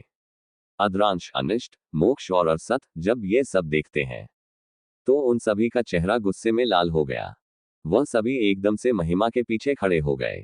मोक्ष गुस्से में अभिषेक को देखते हुए बोला, अंडरस्को, अभिषेक डैड, आप महिमा मॉम के साथ ऐसे बिहेव नहीं कर सकते। क्या आपको दिख नहीं रहा वह कितनी ज्यादा कमजोर है? उन्हें आपकी जरूरत है। अभिषेक सभी लड़कों को गुस्से में देखते हुए कहते हैं, अंडरस्को, बेहतर होगा तुम बच्चे बीच में मत आओ, ये हम बड़ों की बात है। अद्रंश एक्सप्रेशन लेस भाव से बोला, अंडरस्को, हम महिमा मॉम को बचा कर लाए हैं, इसलिए हम बीच में इंटरफेयर कर सकते हैं। हमारे होते हुए कोई भी उन्हें धमका नहीं सकता, और हाँ रहेंगी तो वह आपके रूम में ही। Because she is your wife. Abhishek Adransh को उंगली दिखाते हुए बोला, अंडरस्को, वह मेरी वाइफ नहीं है। मेरी वाइफ सालों पहले मर गई जब वह मुझे छोड़कर जा चुकी थी। उद्धरण चिन्ह। महिमा की आंखों से लगातार आंसू बह रहे थे। वो अभिषेक को समझाते हुए बोली, अंडरस्को, तुम क्या बोले जा रहे हो? मैं कब तुम्हें छोड़कर गई थी? मेरा तो किडनैप। वो अपनी बात पूरी भी नहीं कर पाई कि अभिषेक उसे गुस्से में देखता है और खुद वहां से चला जाता है। महिमा ये देखकर घुटने के बल बैठ जाती है और रोने लगती है। अनन्या अपनी तिरछी नजरों से अश्वत्थ को देख रही थी। वह अश्वत्थ से डर रही थी कि कहीं गार्डन खराब करने के लिए वो उसे डांटे ना। अश्वत्थ अभी तक तो एक्सप्रेशन लेस भाव से सारा तमाशा देख रहा था। जैसे ही उसकी नजर अपनी नटखट पत्नी पड़ गई, वह उसे बुरी तरह घूरने लगा। वह उसके बाजू को पढ़कर उसे कुछ कहने ही बोला था कि अचानक अनन्या जोर से रोने लगी। अश्वत्थ हैरान था। वो हैरानी से पूछता है, अंडरस्को, लिटिल गर्ल डोंट क्राई, तुम क्यों रो रही हो? अनन्या उससे अपना हाथ छुड़ाते हुए रोते हुए बोली, अंडरस्को, आपने मुझे डांटा, मैंने बस कुछ फूल उखाड़कर सब्जियां ही तो लगाई है, इसमें डांटने वाली कौन सी बात है? सभी लड़के बुरी तरह अश्वत्थ को घूरने लगते हैं। यह देखकर अश्वत्थ चिढ़ते हुए बोला, अंडरस्को, मुझे ऐसे घूरना बंद करो, और मैंने अभी तक इसे एक शब्द भी नहीं कहा। मोक्ष जल्दी से अनन्या को अपने गले लगाते हुए अश्वत्थ को धमकी देता है, अंडरस्को, डैड, आप हमारी मॉम को डांट नहीं सकते। हमारे सामने तो बिल्कुल भी नहीं। अश्वत्थ गुस्से में बोला, अंडरस्को, मैंने कब इसे डांटा? क्या तुम में से किसी ने भी सुना? आद्रांश अनन्या के पीठ को सहलाते हुए गुस्से में कहता है, अंडरस्को, लेकिन मॉम क्यों रो रही है? क्या वह बेवजह रोएंगी? आई थिंक आप सभी डैडी को हमारी सभी मॉम की कोई कदर ही नहीं है। अगर ऐसा है तो हमारी मॉम को आप सब की जरूरत नहीं, उनके लिए उनके सभी बेटे ही काफी है। अश्वत्थ गुस्से में अपने माथे को रगड़ता है, फिर अजीब तरीके से अपने गर्दन में हाथ फेरता है, क्योंकि वह अपने गुस्से को शांत कर रहा था। फिर वह सभी लड़कों को धमकी देते हुए कोल्ड वॉइस में बोला, अंडरस्को, आइंदा से मुझे इस तरह बात मत करना, क्योंकि मुझे अपने अलावा किसी की ऊंची आवाज नहीं पसंद है। और तुम? कहते ही वो अनन्या को देखता है। फिर तिरछा मुस्कुराते हुए बोला, अंडरस्को, तुम्हें तो मैं रात में बताऊंगा। Just wait and watch little girl. वह बहुत गुस्से में था। वो मुड़ा और वहां से चला गया। अनिष्ट और अरसात महिमा के पास थे। आर्यन अपने बालों को खुजला रहा था, क्योंकि उसे कुछ समझ में नहीं आ रहा था। वह तो इस वक्त नींद में था, इसलिए वह सोफे पर आराम से गिरा और सो गया। जीवन एक गहरी सांस लेकर बोला, अंडरस्को, कभी कभी तो मुझे लगता है मैं डायरेक्ट बन जाऊं और अपने ही घर पर एक मूवी बनाऊं, हिट जाएगी। जब देखो नया सस्पेंस, थ्रिलर और ड्रामा आ जाता है। वह आंखें चढ़ाते हुए अपने रूम में चला गया। अभी तक किसी ने अनिरुद्ध को नोटिस नहीं किया था, जो सीढ़ियों से कुछ दूर खड़ा होकर हर एक चीज गौर से देख रहा था। महिमा के रोने से वो अपनी मुट्ठी बंद कर लेता है। उसकी नजर झुकी हुई थी, मगर उसमें नफरत झलक रही थी। अब ये नफरत किसके लिए थी, ये तो अनिरुद्ध ही जानता था। वहीं दूसरी तरफ गुनगुन लापता थी, ये किसी को नहीं पता था। गुनगुन को जो सड़क मिल रही थी, वह बस चले जा रही थी। वह बहुत थक चुकी थी, इसलिए वह सड़क के किनारे बने एक छोटे से दुकान के पास रखे बेंच पर बैठी थी। वह अपने पैरों को हिलाते हुए कुछ सोच रही थी। वहीं कुछ दूरी पर दो आदमी खड़े थे, जिन्होंने काले कपड़े पहने थे। उनकी नजर बस गुनगुन पर थी। एक आदमी फोन पर बात कर रहा था। उस आदमी ने फोन पर बात करते हुए कहा, अंडरस्को, सर, यह बात पक्की है, ये राठौर खानदान की ही है। ये बच्ची काफी वक्त से अकेले ही घूम रही है, ना कोई गार्ड है इसके साथ, ना कोई परिवार वाला। क्या मैं इसे उठा लूं? दूसरी तरफ से कुछ कहा गया, जिसे सुनकर वह आदमी हंसते हुए बोला, अंडरस्को, राठौर खानदान की बर्बादी फिर से होगी, और शुरुआत इस बच्ची से ही होगी। उन्होंने इतनी बड़ी गलती कैसे कर दी इस बच्चे को अकेला छोड़कर? कुछ देर बात करने के बाद वो कॉल कट कर देता है। वह धीरे धीरे गुनगुन की तरफ बढ़ने लगता है। वही गुनगुन बेंच से कूद गई, फिर आसपास देखते हुए आगे निकल गई। लेकिन आगे जाकर अचानक की वह गायब हो गई। यह देखकर वह दोनों आदमी जो उसका पीछा कर रहे थे, वह हैरान हो जाते हैं। वह गुनगुन को हर जगह ढूंढने लगते हैं, पर वो नहीं मिलती। दोपहर का वक्त था। अरसद अभी अभी शावर लेकर आया था, क्योंकि उसका दोबारा नहाने का मन था। उसकी चोटें भी पूरी तरीके से ठीक नहीं हुई थी।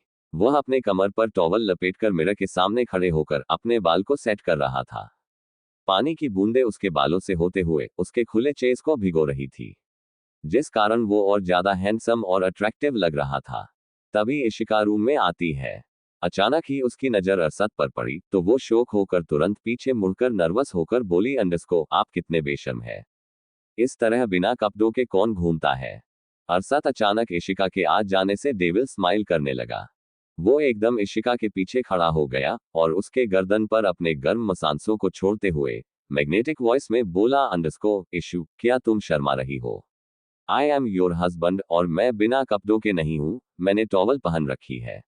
लेकिन अगर तुम मुझे बिना कपड़ों के देखना चाहती हो तो मैं ये टॉवल भी निकाल सकता हूं।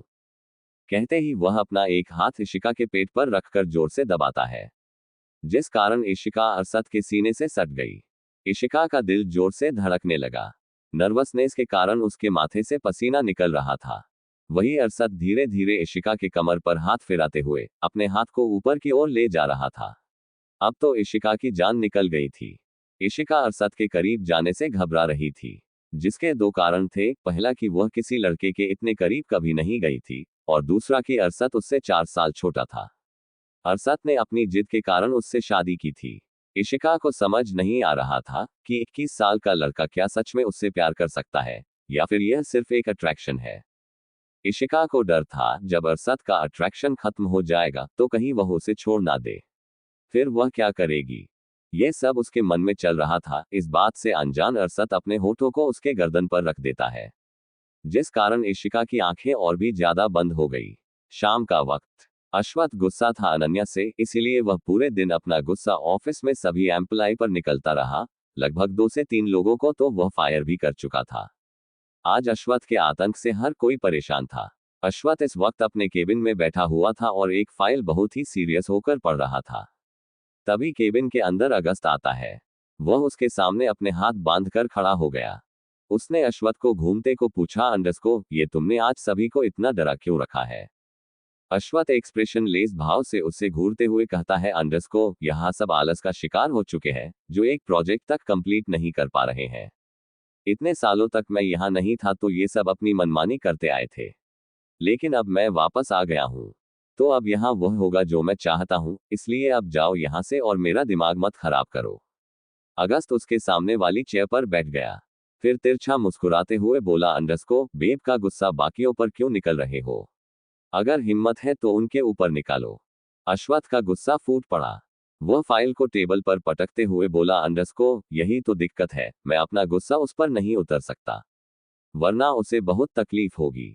अभी अभी वह कोमा से बाहर आए हैं, मैं उसे तकलीफ नहीं देना चाहता, लेकिन वह है कि मुझे परेशान किए जा रही है, लेकिन आज रात में उसे अच्छा सबक सिखाऊंगा। अश्वथ के होठों पर शैतानी मुस्कुराहट थी। वही अगस्त हंसते हुए बोला, अंडरस्को, मेरी बीवी इस वक्त मेरे पास नहीं है, तो तुम मुझे जलाने की कोशिश कर रहे हो। कितने कामिने दोस्त हो तुम। जा रहा हूं मैं अब। अगस्त दांत पीसते हुए चला गया। पर अश्वथ तो अब अपने ही सोच में गुम था। वहीं दूसरी तरफ जो गुंडे गुनगुन को ढूंढ रहे थे, उन्हें गुनगुन कहीं भी नहीं मिल रही थी। वो सब परेशान होकर अपने और भी आदमियों को बुला लेते हैं और हर तरफ गुनगुन को ढूंढने लगते हैं। दूसरी तरफ गुनगुन चलते चलते अचानक ही एक कार के सामने आ गई थी। उससे टक्कर तो नहीं लगी थी, मगर कार इतनी स्पीड में उसके सामने आकर रुकी थी कि डर के मारे गुनगुन बेहोश हो गई थी। उस कार के ड्राइविंग सीट का डोर ओपन हुआ, जिसमें से एक आदमी बाहर निकला। वह गुनगुन को देखकर अपनी आईब्रो ऊपर कर लेता है। फिर गुनगुन को उठाकर कार में बैठता है और वहां से चला जाता है। अभिषेक महिमा से नाराज होकर अपने फार्म हाउस चला गया था, मगर किसी जरूरी काम से उसे शॉपिंग मॉल जाना पड़ा।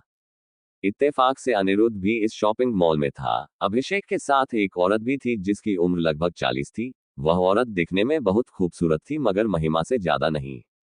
वह औरत बार बार अभिषेक को देखती और शर्मा जाती, लेकिन अभिषेक एक्सप्रेशन लेस भाव से उसके साथ चल रहा था। तभी दोनों एक जगह पर खड़े हो गए। अभिषेक आसपास देखते हुए एक्सप्रेशन लेस भाव से पूछता है, कहाँ है वह सुमित्रा?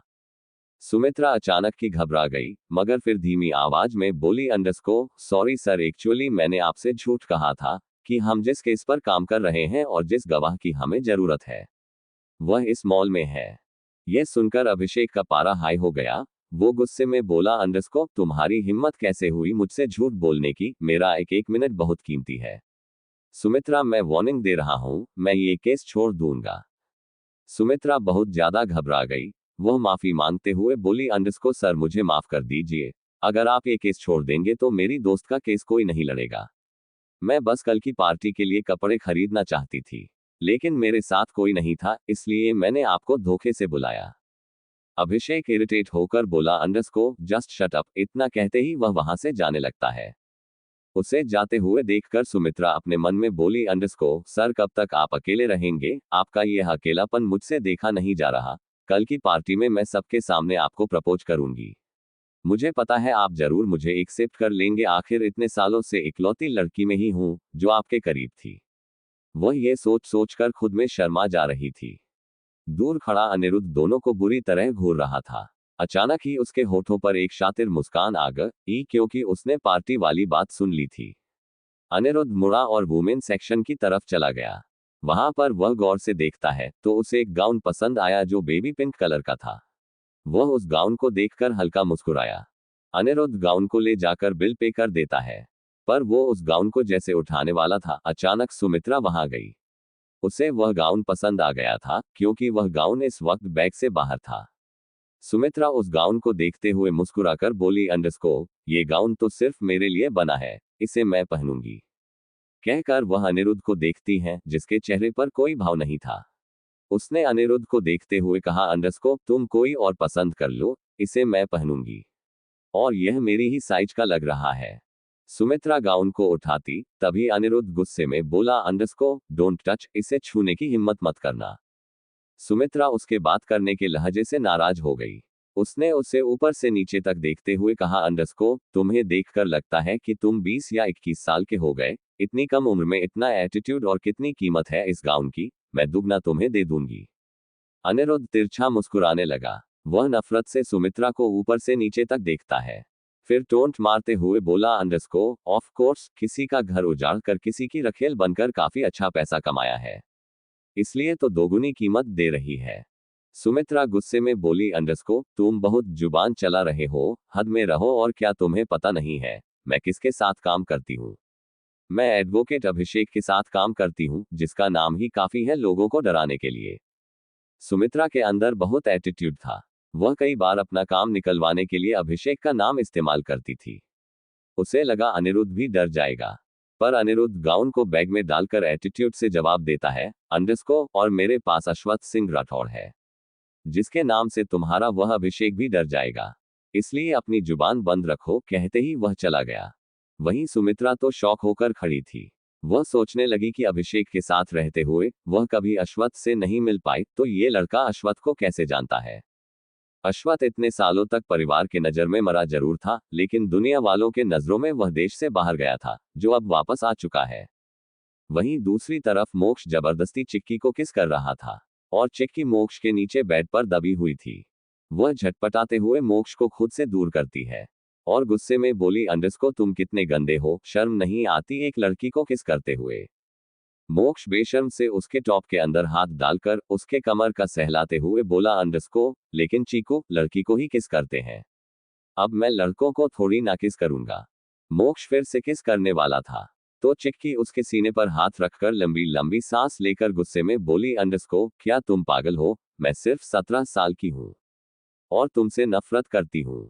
क्या फिर भी तुम मेरे साथ रोमांस करना चाहते हो? मोक्ष उसकी बात को इग्नोर करके उसके दोनों हाथों को बेड पर दबाकर उसके होठों को चूमते हुए बोला, अंडरस्को, मैं भी सिर्फ 21 साल का हूँ और शादी के लायक हूँ, और तुम खुद को 17 साल की कहकर खुद को बच्ची समझना बंद करो। अच्छे से जानता हूँ तुम 17 साल 11 महीने और 18 दिन की हो। बस एक बार यह 12 दिन और गुजर जाए, तुम जैसे ही 18 की होगी, अगर मैंने भी तुम्हें मिस चिक्की से मिसेज चिक्की मोक्ष सिंह राठौड़ ना बनाया तो मेरा नाम भी मोक्ष नहीं। उद्धरण चिन्ह। वह दोबारा उसे किस करते हुए उसके गर्दन पर किस करने लगा। चिक्की के हाथ अपने आप ही उसके बालों पर चले गए। ये फीलिंग उसके लिए नई थी। ऊपर से इस उम्र में बहक जाना आम बात थी। मोक्ष चिक्की के लिए जिस प्रकार साइको होता जा रहा था, चिक्की को नहीं लग रहा था कि वह कभी भी मोक्ष से अपना पीछा छुड़ा पाएगी। चिक्की उसके पीठ पर मारते हुए बोली, अंडरस्को, क्या कर रहे हो, मुझे काट क्यों रहे हो। मोक्ष उसे और जोर से काटते हुए बोला, अंडरस्को बेबी, ये तो मेरा प्यार है। मैं तुम्हारे ऊपर अपनी निशानी छोड़ रहा हूं ताकि इस निशानी को देखकर कोई गैर मर्द तुम्हारे करीब ना आए, जो मैं बिल्कुल बर्दाश्त नहीं करूंगा। कहते ही वह किसी साइको की तरह चिक्की को देखने लगा तो चिक्की गुस्से में मुंह फुला लेती है। उसके फुले हुए मुंह को देखकर रमोक्ष उसके होठों पर किस करके बोला, अंडरस्को, तुम्हारा ये पतीला जैसा फुला हुआ मुंह बहुत सूट कर रहा है।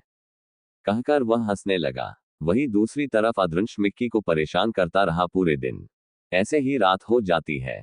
जब सभी डाइनिंग टेबल पर डिनर कर रहे थे, अचानक ही अश्वथ के दिमाग में कुछ ठनका। वो सबको घूर कर देखता है तो अभिषेक और अनिरुद्ध के सिवा सभी मौजूद थे।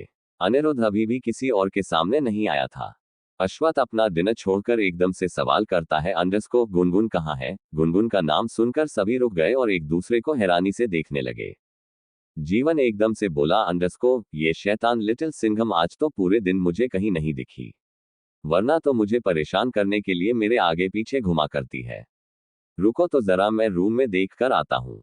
कहते ही वह उठा और रूम में जाकर देखने लगा। जीवन पहले गुनगुन के रूम में जाकर चेक करता है पर गुनगुन नहीं थी। तो वह अपने रूम में देखता है तो उसके रूम में भी गुनगुन नहीं थी। ये देखकर उसे कुछ याद आया तो वह भागते हुए गुनगुन के रूम में गया। उसने चेक किया तो गुनगुन का स्कूल बैग गायब था और उसका थोड़ा बहुत सामान भी। यह देखकर उसे थोड़ा अजीब लगा। उसने किसी से कुछ नहीं कहा और डायरेक्ट सिक्योरिटी रूम में जाकर फुटेज चेक किया तो उसके होश उड़ गए। उसका दिल डर के मारे धड़कने लगा। वह परेशान होकर बोला, अंडरस्को, गुनगुन बच्चा, ये क्या किया तुमने। वह जैसे ही पीछे मुड़ा उसने देखा अश्वथ गुस्से में खड़ा है। अश्वथ ने भी पूरी सीसीटीवी फोटोज देख ली थी कि कैसे गुनगुन रात को विला से निकलकर भाग गई थी। अश्वथ गुस्से में जीवन के कॉलर को पकड़कर बोला, अंडरस्को, कहीं तुमने उससे कुछ उल्टा सीधा तो नहीं कहा। जीवन परेशान होकर बोला, अंडरस्को, क्या तुम पागल हो, वह मेरी बेटी है। भले मैं उसे डांटता हूं पर मैं उससे बहुत प्यार करता हूं। अभी मुझे उसे ढूंढना है, जिस तरह से हमारे दुश्मन आसपास घूम रहे हैं। कहीं किसी ने उसके साथ। अश्वथ भी थोड़ा घबराया हुआ था पर वह जता नहीं रहा था। उसने किसी को कॉल किया और कुछ ऑर्डर दिया। फिर जीवन और अश्वथ वहां से निकल जाते हैं, लेकिन वह दोनों किसी और को कुछ नहीं बताते।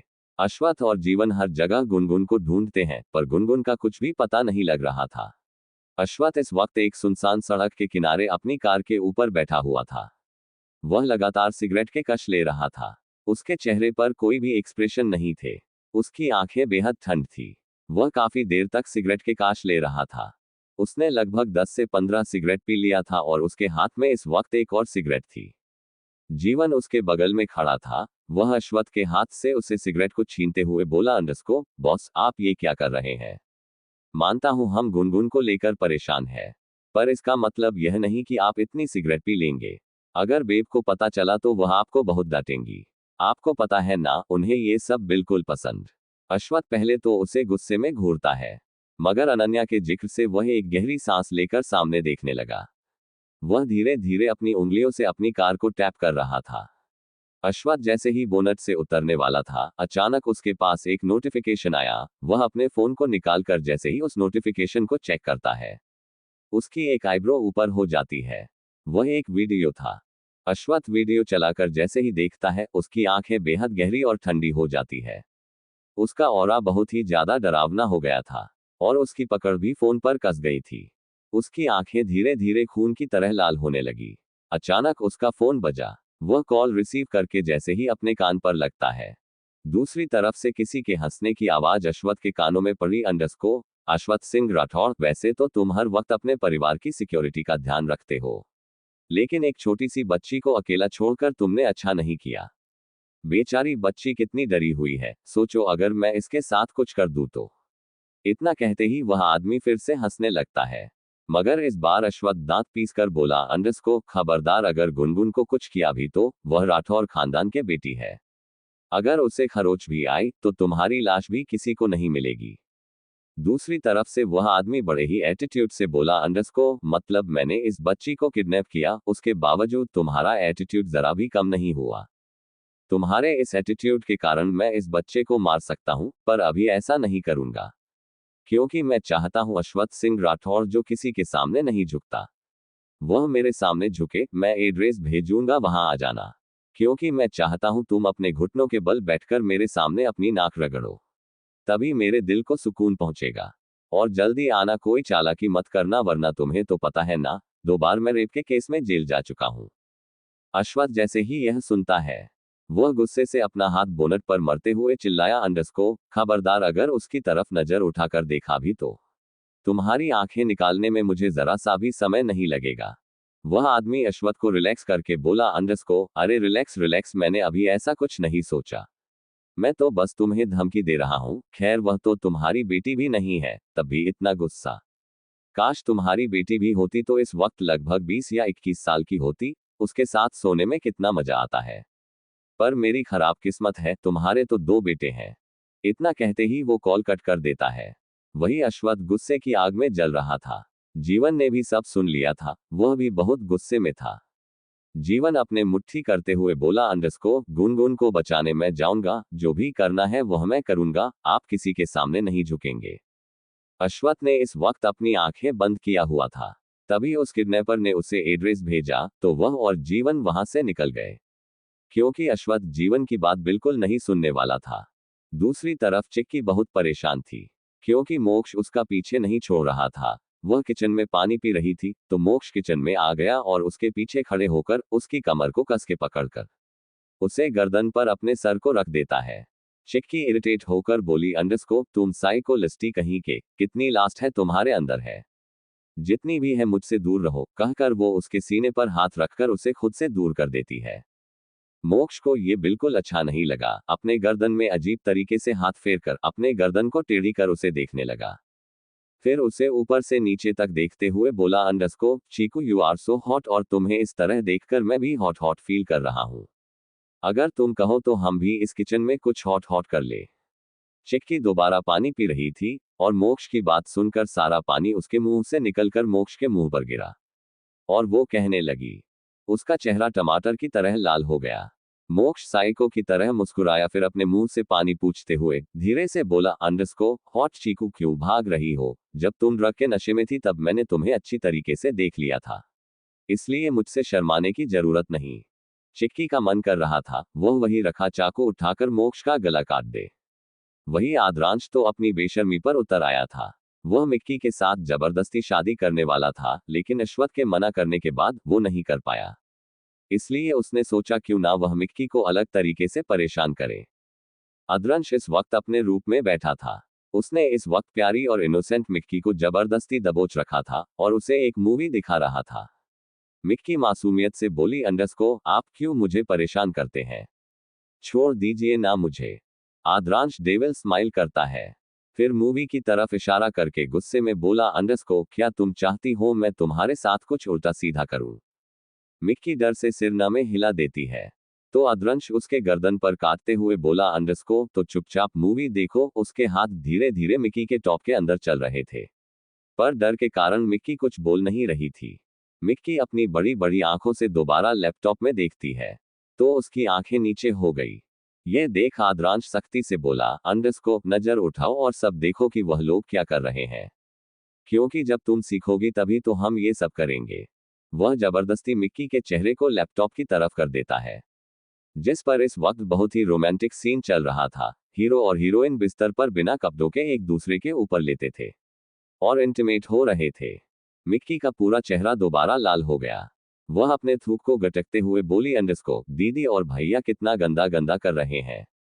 इन्होंने कपड़े उतार दिए। वह जल्दी से अपने आंखों को ढक लेती है। आद्रांश उसके हाथों को हटाकर उसे जबरदस्ती वह सीन दिखाते हुए बोला अंडरस्को बीबो इसे देखो कुछ दिन बाद हम दोनों भी यही करेंगे। मिक्की की आंखें एकदम बड़ी हो गई। वह चौंकते हुए बोली अंडरस्को पर मैं अपने कपड़े नहीं उतारूंगी। वो जल्दी से अपने कपड़े पकड़ लेती है। फिर आगे शर्म आते हुए बोली अंडरस्को ये सब गंदा होता है। किसी ने आपको सिखाया नहीं। अद्रंश उसकी आंखों में देखते हुए जवाब देता है अंडरस्को इतना शर्मा क्यों रही हो, अभी तो हमारी शादी भी नहीं हुई। चलो आगे का मूवी कंटिन्यू करते हैं कहकर वो मिक्की को बैठा देता है और दूसरी मूवी लगा देता है। यह मूवी अद्रंश की फेवरेट थी क्योंकि उसे केवल एक्शन या साइंटिफिक मूवी ही पसंद थी। पर यह सब मिक्की को बोरिंग लग रहा था, इसलिए वह सो गई। अनन्या तो मस्त होकर अनिष्ट और अरसत से अपनी सेवा कर रही थी। वह अपने रूम में आराम से बैठी थी। अनिष्ट उसके पैरों की मालिश कर रहा था और अरसत उसके सिर की मालिश कर रहा था। तभी अनन्या को एक ख्याल आया। वह एकदम से अनिष्ट से सवाल करती है अंडरस्को वैसे एक बात बताओ, तुम सब जिसे भी देखते हो उसे अपनी मॉम और डैड क्यों बना लेते हो? उसके सवाल से दोनों लड़के कंफ्यूज हो गए। तो अनन्या समझते हुए बोली अंडरस्को देखो तुम अनिष्ट, तुम्हारे डैड अगस्त है। उसके बावजूद तुम उस बुढ़े, मेरा मतलब मेरे हस्बैंड को डैडी कहते हो और मुझे मॉम कहते हो। फिर तुम अभिषेक को भी डैडी कहते हो, जीवन को भी डैडी कहते हो। क्या तुम लोग एक डैडी पाकर खुश नहीं हो? उसके सवाल को सुनकर दोनों लड़के हंसने लगे। अनन्या उन्हें हंसते हुए देखकर मुंह बनाकर बोली अंडरस्को अब तुम चाहे जिसको मॉम या डैडी बोलो, पर मैं तो तुम लोगों की एज ही हूं, तो तुम लोग मुझे मॉम बोलोगे तो बहुत अजीब लगता है। तुम लोग मुझे कुछ और बोलो।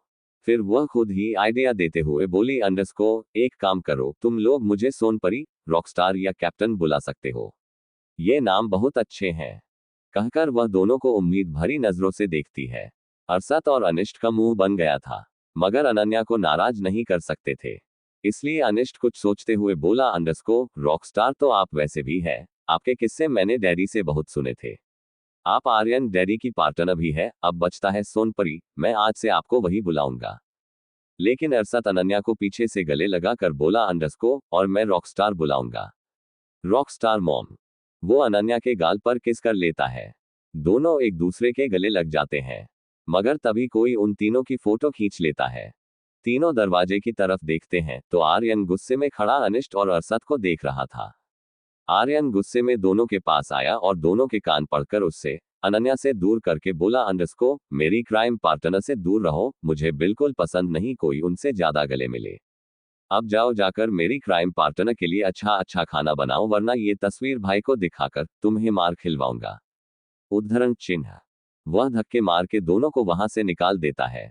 फिर रूम बंद करके जल्दी से अनन्या के पास आया और अलथी पलथी मारकर बोला अंडरस्को आपको पता है, मुझे अभी पता चला अभिषेक का अफेयर चल रहा है।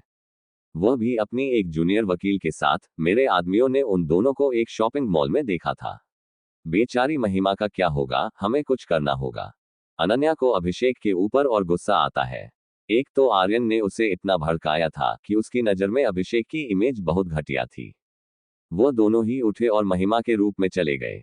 महिमा सोफे पर बैठी कुछ सोच रही थी।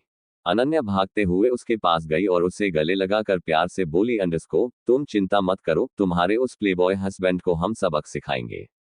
मुझे आर्यन ने सब बता दिया है उसके बारे में, वह बहुत घटिया है। लेकिन चिंता मत करो, आज की रात उसके लिए अच्छी नहीं होगी। उद्धरण चिन्ह अल्पविराम। वह बहुत गुस्से में अपने दोनों हाथों को मसल रही थी। जैसे अभिषेक उसे दिख गया तो उसका गला दबाकर जान से मार देगी। महिमा तो हैरान थी, उसने एक नजर आर्यन को देखा। फिर जल्दी से पूछा अंडरस्को अनन्या आर्यन ने तुम्हें क्या कहा? अनन्या उसकी बात को टालते हुए बोली अंडरस्को तुम्हें पार्टी में जाना है ना, आर्यन ने बताया। जाओ तैयार हो जाओ पार्टी के लिए। महिमा हैरान से पूछती है अंडरस्को कौन सी पार्टी? अनन्या बुरा सा मुंह बनाकर बोली अंडरस्को तुम्हें बस पार्टी में जाना है तो जाना है। जाओ तैयार हो, मैं कुछ नहीं जानती। अनन्या की बात सुनकर महिमा एक गहरी सांस लेकर बोली अंडरस्को अच्छा किसकी पार्टी में जाना है? क्या किसी ने इनविटेशन दिया है? आर्यन झट से जवाब देता है अंडरस्को पार्टी में जाने के लिए इनविटेशन की क्या जरूरत है? हम वीआईपी लोग कहीं भी जा सकते हैं, है ना पार्टनर? अनन्या भी हाँ में सिर हिलाकर बोली अंडरस्को हाँ हम कहीं भी जा सकते हैं। महिमा शौक थी। वह खड़ी होकर बोली अंडरस्को क्या तुम दोनों बिना इनविटेशन कार्ड के कहीं भी किसी भी पार्टी में घुस जाओगे? उद्धरण चिन्ह। अनन्या कुछ बोलती कि तभी कोई रूम में आया और एक गाउन महिमा को पकड़ते हुए बोला अंडरस्को आप जाएंगी, इसे पहन कर लिए। आर्यन गौर से उस लड़के को देखता है। यह अनिरुद्ध था। आर्यन भी उसे ऊपर से नीचे तक देखता है पर वह मुंह बना देता है। अनन्या अनिरुद्ध के चारों ओर घूमती है, फिर उसके लाए गाउन को देखते हुए हैरानी से बोली अंडरस्को क्या हमारे घर के नौकर इतने हैंडसम होने लगे, मुझे क्यों नहीं पता चला? यह सुनकर आर्यन हंस देता है, क्योंकि कोई उसे बताए चाहे ना बताए उसे अच्छे से पता था अनिरुद्ध कौन है। वही अनिरुद्ध कुछ नहीं कहता और चला जाता है। उसके दिमाग में तो कुछ और चल रहा था। कुछ देर में महिमा तैयार हो गई, उसका मन नहीं था। वह तो अभी भी हैरान थी। मगर अनन्या और आर्यन तैयार होकर उसे अपने साथ लेकर आए एक ऐसी पार्टी में जिसका इनविटेशन कार्ड भी उन्हें नहीं मिला था। कुछ ही देर में अनन्या और आर्यन महिमा को लेकर पार्टी में पहुंच जाते हैं। वो लोग इस वक्त एक बहुत ही बड़े होटल के सामने खड़े थे, जिसका नाम स्टार मून होटल था। स्टार मून होटल आज बहुत ही ज्यादा जगमगा रहा था। कई सारे मेहमान अभी भी पार्टी के अंदर जा रहे थे, मगर इनविटेशन कार्ड लेकर महिमा बहुत खूबसूरत लग रही थी।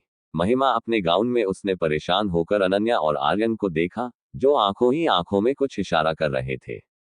महिमा अपना सर पकड़कर बोली अंडरस्को तुम लोग क्या कर रहे हो? इस पार्टी में बिना इनविटेशन कार्ड के एंट्री नहीं है। क्या तुम दोनों चाहते हो हमारी बेइज्जती हो और हमें धक्के मार के यहाँ से बाहर निकाल दिया जाए? आर्यन उसके कंधे पर हाथ रखकर रिलैक्स होकर बोला अंडरस्को ओह महिमा, रिलैक्स, ऐसा कुछ नहीं होगा। आर्यन अपने टैक्सीडो कोट को बहुत ही अच्छे से सेट करता है। फिर तीनों ही अंदर जाने लगे। जब गार्ड को इनविटेशन कार्ड दिखाने की बारी आई तो महिमा घबरा गई थी, मगर अनन्या बड़े ही एटीट्यूड के साथ उसे इनविटेशन कार्ड दिखती है। वो गार्ड इनविटेशन कार्ड को देखा है, फिर तीनों को अंदर भेज देता है। महिमा हैरान थी, मगर अब वो कोई सवाल नहीं पूछती क्योंकि उसे अच्छे से पता था अनन्या और आर्यन कुछ भी कर सकते हैं। वो तीनों अभी अंदर नहीं पहुंचे थे, तभी एकदम से कोई उनके सामने खड़ा हो गया। उस इंसान को देखकर तीनों ही हैरान थे। वही अंदर पार्टी चल रही थी। सुमित्रा ने व्हाइट कलर का गाउन पहना था, जिसमें वो बहुत खूबसूरत लग रही थी, पर ज्यादा नहीं, क्योंकि उसने बहुत ज्यादा मेकअप लगा रखा था। वो अपने नजरें घुमा के चारों तरफ देखती है, पर जिसे वो ढूंढ रही थी वो कहीं भी नजर नहीं आ रहा था। अचानक एंट्रेंस के पास बहुत ही शोर होने लगा। सुमित्रा अपने गाउन को पकड़कर भागते हुए उधर जाती है तो उसने देखा अभिषेक डार्क ब्लू कलर का टक्सीडो पहनकर अंदर आ रहा था। वो आज भी बहुत ही ज्यादा हैंडसम था कि कोई भी लड़की उसके पीछे पागल हो जाए। अभिषेक के चेहरे पर कोई भी एक्सप्रेशन नहीं थे।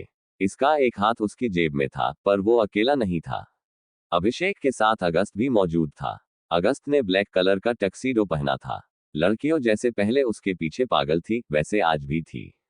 उन्हें कोई फर्क नहीं पड़ता है कि अगस्त 40 प्लस का है। दोनों ही पार्टी में आ चुके थे। अब सभी के नजरें दोनों पर थे।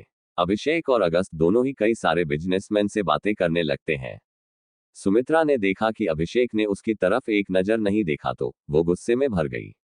फिर उसके होठों पर तिरछी मुस्कान आ गई। वो अगस्त के पास जाकर खड़ी हो गई, फिर बड़े ही अदा से बोली अंडरस्को हेलो मिस्टर अगस्त, आपसे मिलकर अच्छा लगा। उसके बड़े हुए हाथ को अगस्त देखता है, फिर इग्नोर करके आगे बढ़ जाता है।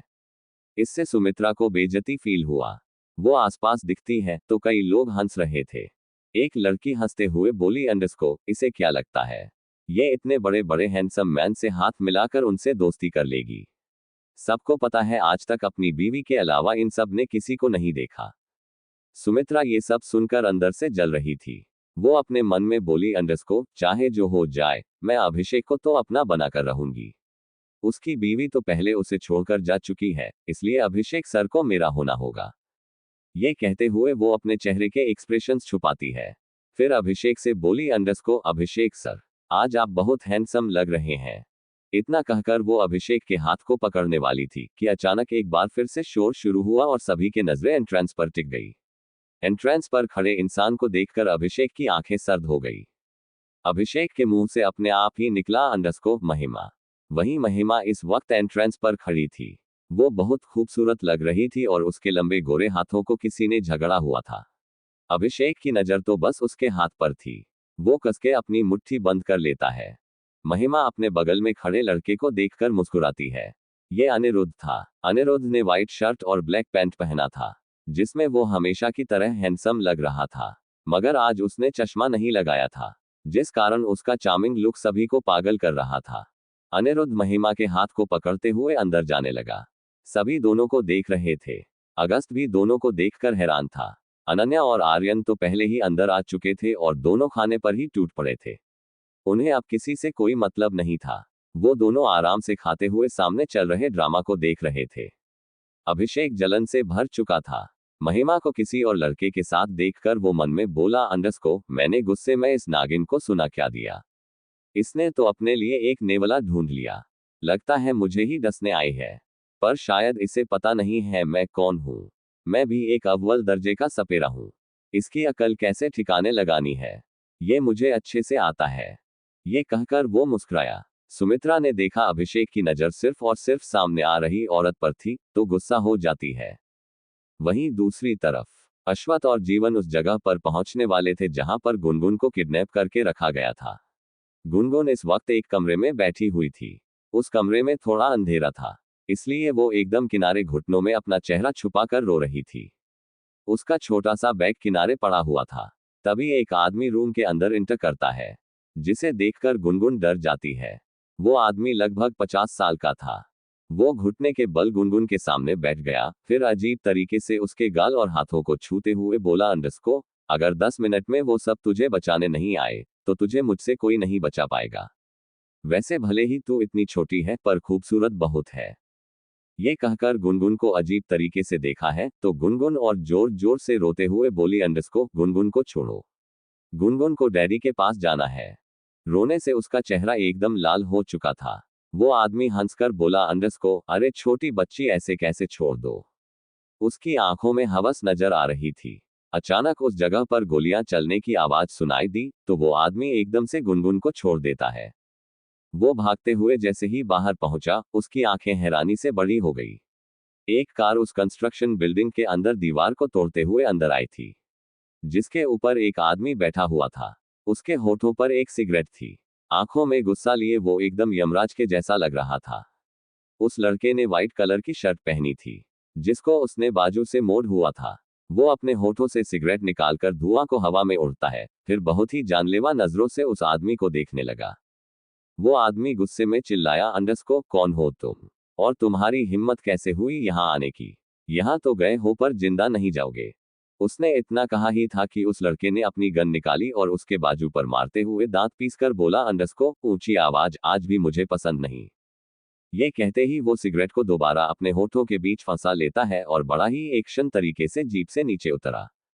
वो जैसे ही नीचे उतरा, अचानक ही उसके पास और भी लड़के आकर खड़े हो गए। ये आद्रंश था। आद्रंश के अगल बगल मोक्ष, अनिष्ट और अरसत आकर खड़े हो गए। चारों ही इस वक्त बहुत गुस्से में थे। आद्रंश तो एकदम अश्वत्थ की तरह ही लग रहा था, क्योंकि वो बचपन से ही अश्वत्थ जैसा ही था। वो अपने एक एक कदम बढ़ाते हुए आगे आया और उस आदमी के गले को दबाते हुए पीसकर बोला, अंडस को तुम्हें क्या लगता है हमारी बहन को किडनैप कर लोगे और हमें पता भी नहीं चलेगा। उसकी पकड़ उस आदमी के गले पर और भी ज्यादा कसती जा रही थी।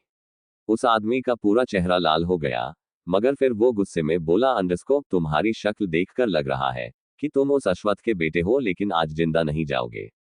कुछ देर में तुम्हारा बाप भी आता होगा। देखना कैसे उसे अपने पैरों को चटवाता हूं मैं। यह सुनते ही सभी को गुस्सा आ गया और अरसद तो बचपन से ही गैंगस्टर था। वो अपनी बंदूक निकालकर उस आदमी के सर पर रखते हुए बोला, अंडस को तुझे क्या लगता है तुम हमारे डैडी के साथ कुछ भी कर लोगे, वो भी हमारे होते हुए। नेवर। इससे पहले वो यहां पहुंचेंगे हम तुम्हारा खेल खत्म कर देंगे। कहते ही सभी ब्रदर्स एक दूसरे को देखकर मुस्कुराते हैं। आद्रांश मोक्ष को कुछ इशारा करते हैं। मोक्ष एक्सप्रेशन भाव से गुनगुन को ढूंढने लगा। वही उस आदमी के लोग अद्रंश, अनिष्ट और अरसद को चारों तरफ से घेर लेते हैं। चारों बॉयज अकेले ही आए थे। एक भी गार्ड अपने साथ लेकर नहीं आए थे। मगर फिर भी चारों के चेहरे पर कोई डर नहीं था। वो आदमी अपने आदमी को ऑर्डर देता है, अंडस को इन सबको मारो। उसने इतना कहा ही था कि आद्रांश उसके मुंह में अपनी बंदूक रखकर गोली चल देता है। अगले पल वो आदमी मर गया। फिर वो तीनों बाकी वहां खड़े आदमी को देखने लगे, जो बंदूक और डंडा लेकर खड़े थे। वो सब तो अपने बॉस को मरते देखकर चौंक चुके थे। गुनगुन अभी भी रूम में बहुत रो रही थी। उसे यहाँ बहुत गंदा फील हो रहा था, क्योंकि वो आदमी बार बार आकर उसे अजीब तरीके से देख रहा था। उसने आज तक कभी भी ऐसी सिचुएशन फेस नहीं की थी। एक बार फिर से दरवाजा खुला। ये सुनते हुए अपना चेहरा छुपाकर रोती हुई बोली, अंडस्को, गुनगुन के पास मत आना। गुनगुन को डैडी के पास जाना है। उसे इतना रोता हुआ देखकर मोक्ष, जो रूम के अंदर आया था, वो अपनी जगह पर रुक गया। मगर वो उसके सामने जाकर जैसे ही उसके सर पर हाथ रखता है, गुनगुन और जोर जोर से रोने लगी। वो इतनी जोर से राय कि उसका गला बैठ गया और उसे खांसी आने लगी। मोक्ष एकदम से उसे गोद में उठाकर एक्सप्रेशनलेस भाव से देखते हुए कहता है, अंडस्को, गुनगुन रिलैक्स। इधर देखो, मुझे देखो, देखो मैं तुम्हारा ब्रदर हूं। गुनगुन मोक्ष की आवाज सुनकर उसकी तरफ देखती है, फिर गले लगते हुए बोली, अंडस्को भैया, भैया, उन गंदे अंकल ने गुनगुन को मारा। गुनगुन को डर लग रहा है। गुनगुन सिर्फ 4 साल की थी। गुनगुन क्या उसके जगह कोई और भी बच्चा होता तो और भी ज्यादा डरा हुआ होता। मोक्ष गुनगुन को किसी तरह चुप करता है और उसके माथे पर किस करके बोला, अंडस्को, you are my brave little Singham. शांत हो जाओ। वो गुनगुन को लेकर आ जाता है। तभी सभी बॉयज के घड़ी में एक लाइट जली तो सभी वहां के लोगों को मारकर अपनी जीप में बैठते हैं और वहां से निकल जाते हैं। उनकी जीप जैसे ही वहां से निकली, तभी दूसरी तरफ से अश्वत्थ की कार वहां आकर रुकी। वो वहां की सिचुएशन देखता है तो हैरान हो जाता है। अंदर कई सारे आदमी बेरहमी से मरे पड़े थे, पर कोई भी नजर नहीं आया उन्हें। सिर्फ गुनगुन का बैग मिला और कुछ नहीं। पर वहां की हालत देखकर अश्वत्थ समझ चुका था कि वहां कौन आया होगा। दूसरी तरफ पार्टी में महिमा और अनिरुद्ध सभी कपल के साथ डांस करते हैं। यह देखकर अभिषेक बहुत जल रहा था, इतना कि उसने बहुत ज्यादा ड्रिंक कर ली थी। सुमित्रा ने उसकी ड्रिंक में कुछ मिला दिया था। अभिषेक ध्यान नहीं देता और उसे पी लेता है। अचानक ही उसे कुछ अजीब लगा तो लड़खड़ाते हुए वॉशरूम की तरफ जाने लगा। वो वॉशरूम के तरफ पहुंचता कि अचानक उसके मुंह पर एक जोरदार मुक्का पड़ा। अभिषेक हैरान था, मगर नशे के कारण जमीन पर गिर गया। वो संभलता उससे पहले ही कोई उसे उठाकर उसके मुंह पर 6-7 मुक्का मारता है। अभिषेक को बहुत गुस्सा आ रहा था। वो नशे से सामने वाले इंसान को देखने की कोशिश करता है, पर देख नहीं पाता। पर उसके हाथ को पकड़कर गुस्से में बोला, अंडस्को, बहुत गलत कर रहे हो तुम। तुम्हें पता नहीं है मैं कौन हूं। मैं अभिषेक हूं। सामने वाला इंसान कुछ नहीं सुनता और उसे धोबी की तरह खूब पिटता है। उसके बाद उसे एक रूम में छोड़कर दरवाजा बंद कर लेता है। दरवाजे के बाहर अनन्या खड़ी थी। आर्यन और वो हाई फाई देते हुए हंसकर बोले, अंडस्को, आज तो मजा आ गया। अब चलो अपना दूसरा काम निपटाते हैं। वो दोनों पार्टी में आ गए। उन्होंने देखा सुमित्रा अभिषेक को हर जगह ढूंढ रही थी। ये देखकर दोनों मुस्कुराते हैं। उन दोनों ने जबरदस्ती महिमा को भी खूब शराब पिला दी, फिर उसे ले जाकर अभिषेक के ही रूम में बंद कर दिया। फिर दोनों चले गए। वही रूम के अंदर अभिषेक बहुत नशे में था, महिमा भी नशे में थी। दोनों इस वक्त बेड पर एक दूसरे के बेहद करीब दे रहे थे। अभिषेक को महिमा का चेहरा नजर आ रहा था, इसलिए वो ड्रग्स के नशे में और भी ज्यादा बहक रहा था। कुछ देर बाद बस उस रूम से महिमा की आवाजें ही आ रही थी, जो दर्द भरी थी। वही आद्रांश स्टडी रूम में बहुत गुस्से में बैठा हुआ था। आज जो कुछ भी हुआ, उससे वो बहुत गुस्से में था। उसके सामने एक लड़का खड़ा था। आद्रांश उसे घूरते हुए बोला, अंडस्को, अनमोल, पता करो वो लोग कौन थे। मुझे उन सब का पूरा खानदान बर्बाद चाहिए। उनकी हिम्मत भी कैसे हुई आद्रांश सिंह राठौर की बहन पर नजर डालने की। दुनिया वालों को भी पता चलना चाहिए आद्रांश सिंह राठौर की बहन पर नजर डालने का अंजाम कितना बड़ा हो सकता है। ये कहते हुए वो किसी डेविल से कम नहीं लग रहा था। अगली सुबह महिमा की नींद धीरे धीरे खोली। वह एकदम से अपने सर को पकड़ लेती है और आसपास देखने की कोशिश करती है। वो जैसे ही उठकर बैठती है, उसे अपने शरीर में बहुत ही तेज दर्द महसूस होता है, जिस कारण उसकी हल्की सी दर्द भरी चीख निकल जाती है। मगर उसकी नजर जैसे ही खुद पर पड़ी तो उसकी आंखें सदमे से फैल गई। उसका चेहरे पर हल्का सा डर नजर आने लगा। उसने बहुत ही हिम्मत करके जब अपने बगल में देखा तो उसकी आंखें अचानक ही गुस्से में लाल हो गई। उसके बगल में अभिषेक पेट के बल सोया हुआ था। सोते वक्त भी उसके चेहरे पर कोई भाव नहीं थे। यह देखकर महिमा मन में बोली, अंडरस्को, यह आदमी इतना सीरियस होकर क्यों सो रहा है? ऐसा लग रहा है जैसे किसी जंग पर लड़ने जा रहा हो। एक मिनट, क्या ये सब इसने मेरे साथ किया?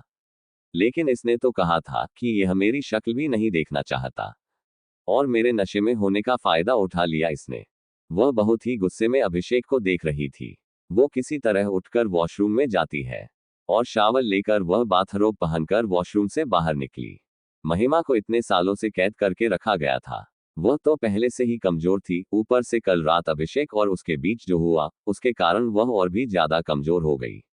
उसका पूरा चेहरा पीला पड़ा हुआ था, मगर वह किसी तरह हिम्मत करके अभिषेक की तरफ बढ़ती है और गुस्से में उसे देखती है। उसने जमीन पर देखा तो अभिषेक के कपड़ों के साथ उसका बेल्ट भी पड़ा हुआ था। महिमा उसके बेल्ट को उठाती है और दांत पीसते हुए बोली, अंडरस्को, बेशर्म सपेरे कहीं के, खुद को समझते क्या हो? मुझसे सारे रिश्ते नाते तोड़ने चले थे और मेरा ही फायदा उठा लिया। अब बताती हूँ तुम्हें इसका अंजाम क्या होता है। इतना कहते ही वह बेड पर खड़ी हो गई और उसने एक जोरदार बेल्ट अभिषेक के पीठ पर मारा। चादर अभिषेक की कमर तक था। उसकी खुली पीठ पर महिमा के नाखूनों के निशान थे। महिमा ने उन नाखूनों के निशान के बीच बेल्ट मारा था, जिसकी छाप अभिषेक के पीठ पर साफ नजर आ रही थी। अभिषेक को इतना दर्द हुआ कि अगले ही पर वह चिल्लाते हुए उठकर बैठ गया। अभिषेक की आंखें अभी भी ढंग से खुली नहीं थी। ऊपर से कल उसे ड्रग का काफी हाई डोज दिया गया था। अभिषेक अपने सर को पकड़कर जोर से चिल्लाया, अंडरस्को, किसकी मौत आई है? उसने इतना कहा ही था कि महिमा गुस्से में एक और बेल्ट उसके पीठ पर मारती है। अचानक ही अभिषेक की आंखें खुल गई। अभिषेक जब अपने लाल आंखों से सामने देखता है तो महिमा को देखकर हैरान हो जाता है। फिर उसकी नजर महिमा के बाथरोब से होते हुए उसके लंबे पैरों पर गई। उसके बाद उसके हाथ पर, उसके हाथ में बेल्ट देखकर अभिषेक गुस्से में बोला, अंडरस्को, तुम्हारी हिम्मत कैसे हुई मुझे मारने की? महिमा भड़कते हुए बोली, अंडरस्को, अभी बताती हूँ। इतना कहते ही वह अभिषेक को फिर से उससे बेल्ट से मारते हुए बोली, अंडरस्को, ऐसे ही हिम्मत हुई तुम्हें मारने की? खुद को समझते क्या हो तुम? क्या कहा था तुमने सबके सामने? मेरी शक्ल भी नहीं देखना चाहते, और इस रूम में मेरे नशे में होने का पूरा फायदा उठा लिया। छी, शर्म नहीं आई इस उम्र में ये सब करते हुए? हमारा एक बेटा है, अब मैं उसे क्या मुंह दिखाऊंगी? इतना कहकर वह फिर से अभिषेक को बेल्ट से मारने वाली थी, पर इस बार अभिषेक गुस्से से उस बेल्ट को पकड़कर एकदम से महिमा को अपनी तरफ खींच लेता है। महिमा संभाल नहीं पाए और अभिषेक के गोद में गिर पड़ी। इस वक्त दोनों एक दूसरे के बहुत करीब थे। दोनों ही एक दूसरे की आंखों में देख रहे थे। सालों से वह सब दूर थे, जिसकी तरफ दोनों के ही आंखों में दिख रही थी। वही अद्रांश और बाकी बॉयज सुबह 5 बजे उठकर जॉगिंग पर जाते हैं। फिर 1 घंटा जिम में एक्सरसाइज करने के बाद वह सभी अपने अपने रूम में चले जाते हैं। अद्रांश तैयार होकर स्टडी रूम के बाहर खड़ा था। यह अश्वथ का स्टडी रूम था। अद्रांश पिछले 10 मिनट से स्टडी रूम के बाहर ही खड़ा था। कुछ देर तक वह स्टडी रूम को घूरता है, फिर एक गहरी सांस लेकर वह स्टडी रूम के अंदर चला गया। अंदर अश्वथ एक्सप्रेशन लेस भाव से एक फाइल पढ़ रहा था। उसने जैसे ही स्टडी रूम के अंदर किसी को महसूस किया, वह नजरों उठाकर सामने की तरफ देखता है। अद्रांश एक्सप्रेशन लेस भाव से अश्वथ के करीब आकर खड़ा हो गया। उसने अश्वथ को घूरते हुए कहा, अंडरस्को, डैड, मुझे शादी करनी है। मैं अब और इंतजार नहीं कर सकता। अश्वथ अपनी नजरें ऊपर करके सवाल करता है, अंडरस्को, और तुम इंतजार क्यों नहीं कर सकती? अद्रांश उसके सामने वाली चेयर पर बैठते हुए बड़े ही आराम से जवाब देता है, अंडरस्को, क्या आपको सच में नहीं पता मैं क्यों इंतजार नहीं कर पा रहा हूं? सब कुछ जानते हुए भी आप अनजान होने का नाटक कर रहे हैं। और अगर आपने मेरी बात नहीं मानी तो मैं मॉम के पास जाऊंगा। मेरे पास हजारों आइडिया है उन्हें अपने बातों में फंसा कर अपनी बात मनवाने के लिए। फिर मुझसे मत कहिएगा। अश्वथ उसे गुस्से में घूरता है। तो अद्रांश अपने बालों में हाथ फेर कर बोला, अंडरस्को, वैसे रावत अंकल भी आपसे कम हैंडसम नहीं है। रावत का नाम सुनते ही अश्वथ का खून खोलने लगा। उसने दांत पीसते हुए कहा, अंडरस्को, उस कमीने का नाम मेरे सामने मत लो। अद्रांश खड़ा हुआ और वहां से जाते हुए बोला, अंडरस्को, तो मेरी शादी जल्द से जल्द मिक्की से करा दीजिए। मैं अब इंतजार नहीं कर सकता, वरना सोच रहा हूँ रावत अंकल को भी यहीं बुला लूं। वैसे भी इतना बड़ा घर है, आराम से सब साथ में रहेंगे। उसके जाते ही अश्वथ मुंह से ही पूरी टेबल को तोड़ देता है और दांत पीसते हुए बोला, अंडरस्को, यह तुम्हें बहुत भारी पड़ेगा। अगर तुम मेरे बेटे हो तो मैं भी तुम्हारा बाप हूं। अद्रांश स्टडी रूम से निकलकर सीधा नीचे आता है। उसने देखा गुनगुन चुपचाप सोफे पर बैठी है। वह किसी से बात नहीं कर रही थी। उसके हाथ में एक ड्राइंग कॉपी थी जिसमें वह कुछ बना रही थी। अद्रांश बहुत क्यूरोस हो जाता है। अद्रांश उसके करीब जाकर उसकी ड्राइंग बुक में देखने की कोशिश करता है तो गुनगुन एकदम से अपनी ड्राइंग कॉपी छुपा लेती है। फिर उसकी तरफ पीट करके कुछ ड्रॉ करने लगी। अद्रांश उसके तरफ देखते हुए एक्सप्रेशन लेस भाव से बोला, अंडरस्को क्या कर रही हो, मुझे दिखाओ। पर गुनगुन उससे बात नहीं करती। वह उसे पूरी तरीके से इग्नोर कर रही थी। यह देखकर अद्रांश का बहुत गुस्सा आया। वो भी एटीट्यूड दिखाते हुए उसे इग्नोर करते हुए वहीं बैठ जाता है। कुछ देर बाद सभी डाइनिंग टेबल पर मौजूद थे। जीवन, अनन्या, अगस्त, अनिष्ट, अद्रांश, मोक्ष, अश्वत्थ, मिक्की, चिक्की, गुनगुन सब मौजूद थे। अश्वत्थ सभी को घूरते हुए जूस का एक सिप लेता है और एक्सप्रेशन लेस भाव से बोला, अंडरस्को आज सब लोग अद्रांश की शादी के लिए शॉपिंग करने जाएंगे। यह सुनकर जीवन और अगस्त जो जूस पी रहे थे, शौक के मारे जूस उनके मुंह से बाहर निकल आया और दोनों खांसने लगे। जीवन खांसते हुए बोला, इतनी बड़ी न्यूज़ कोई ऐसे ही बोलता है, यह शादी है, कोई भंडारा नहीं है जो आज शॉपिंग कर लो और कल शादी कर दिया।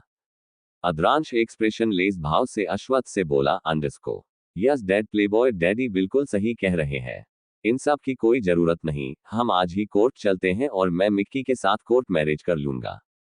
अगस्त डांटते हुए बोला, अंडरस्को 21 साल की उम्र में तुम्हें पता है मैं अपनी पढ़ाई पर और बिजनेस पर ध्यान देता था और तुम्हें शादी करनी है।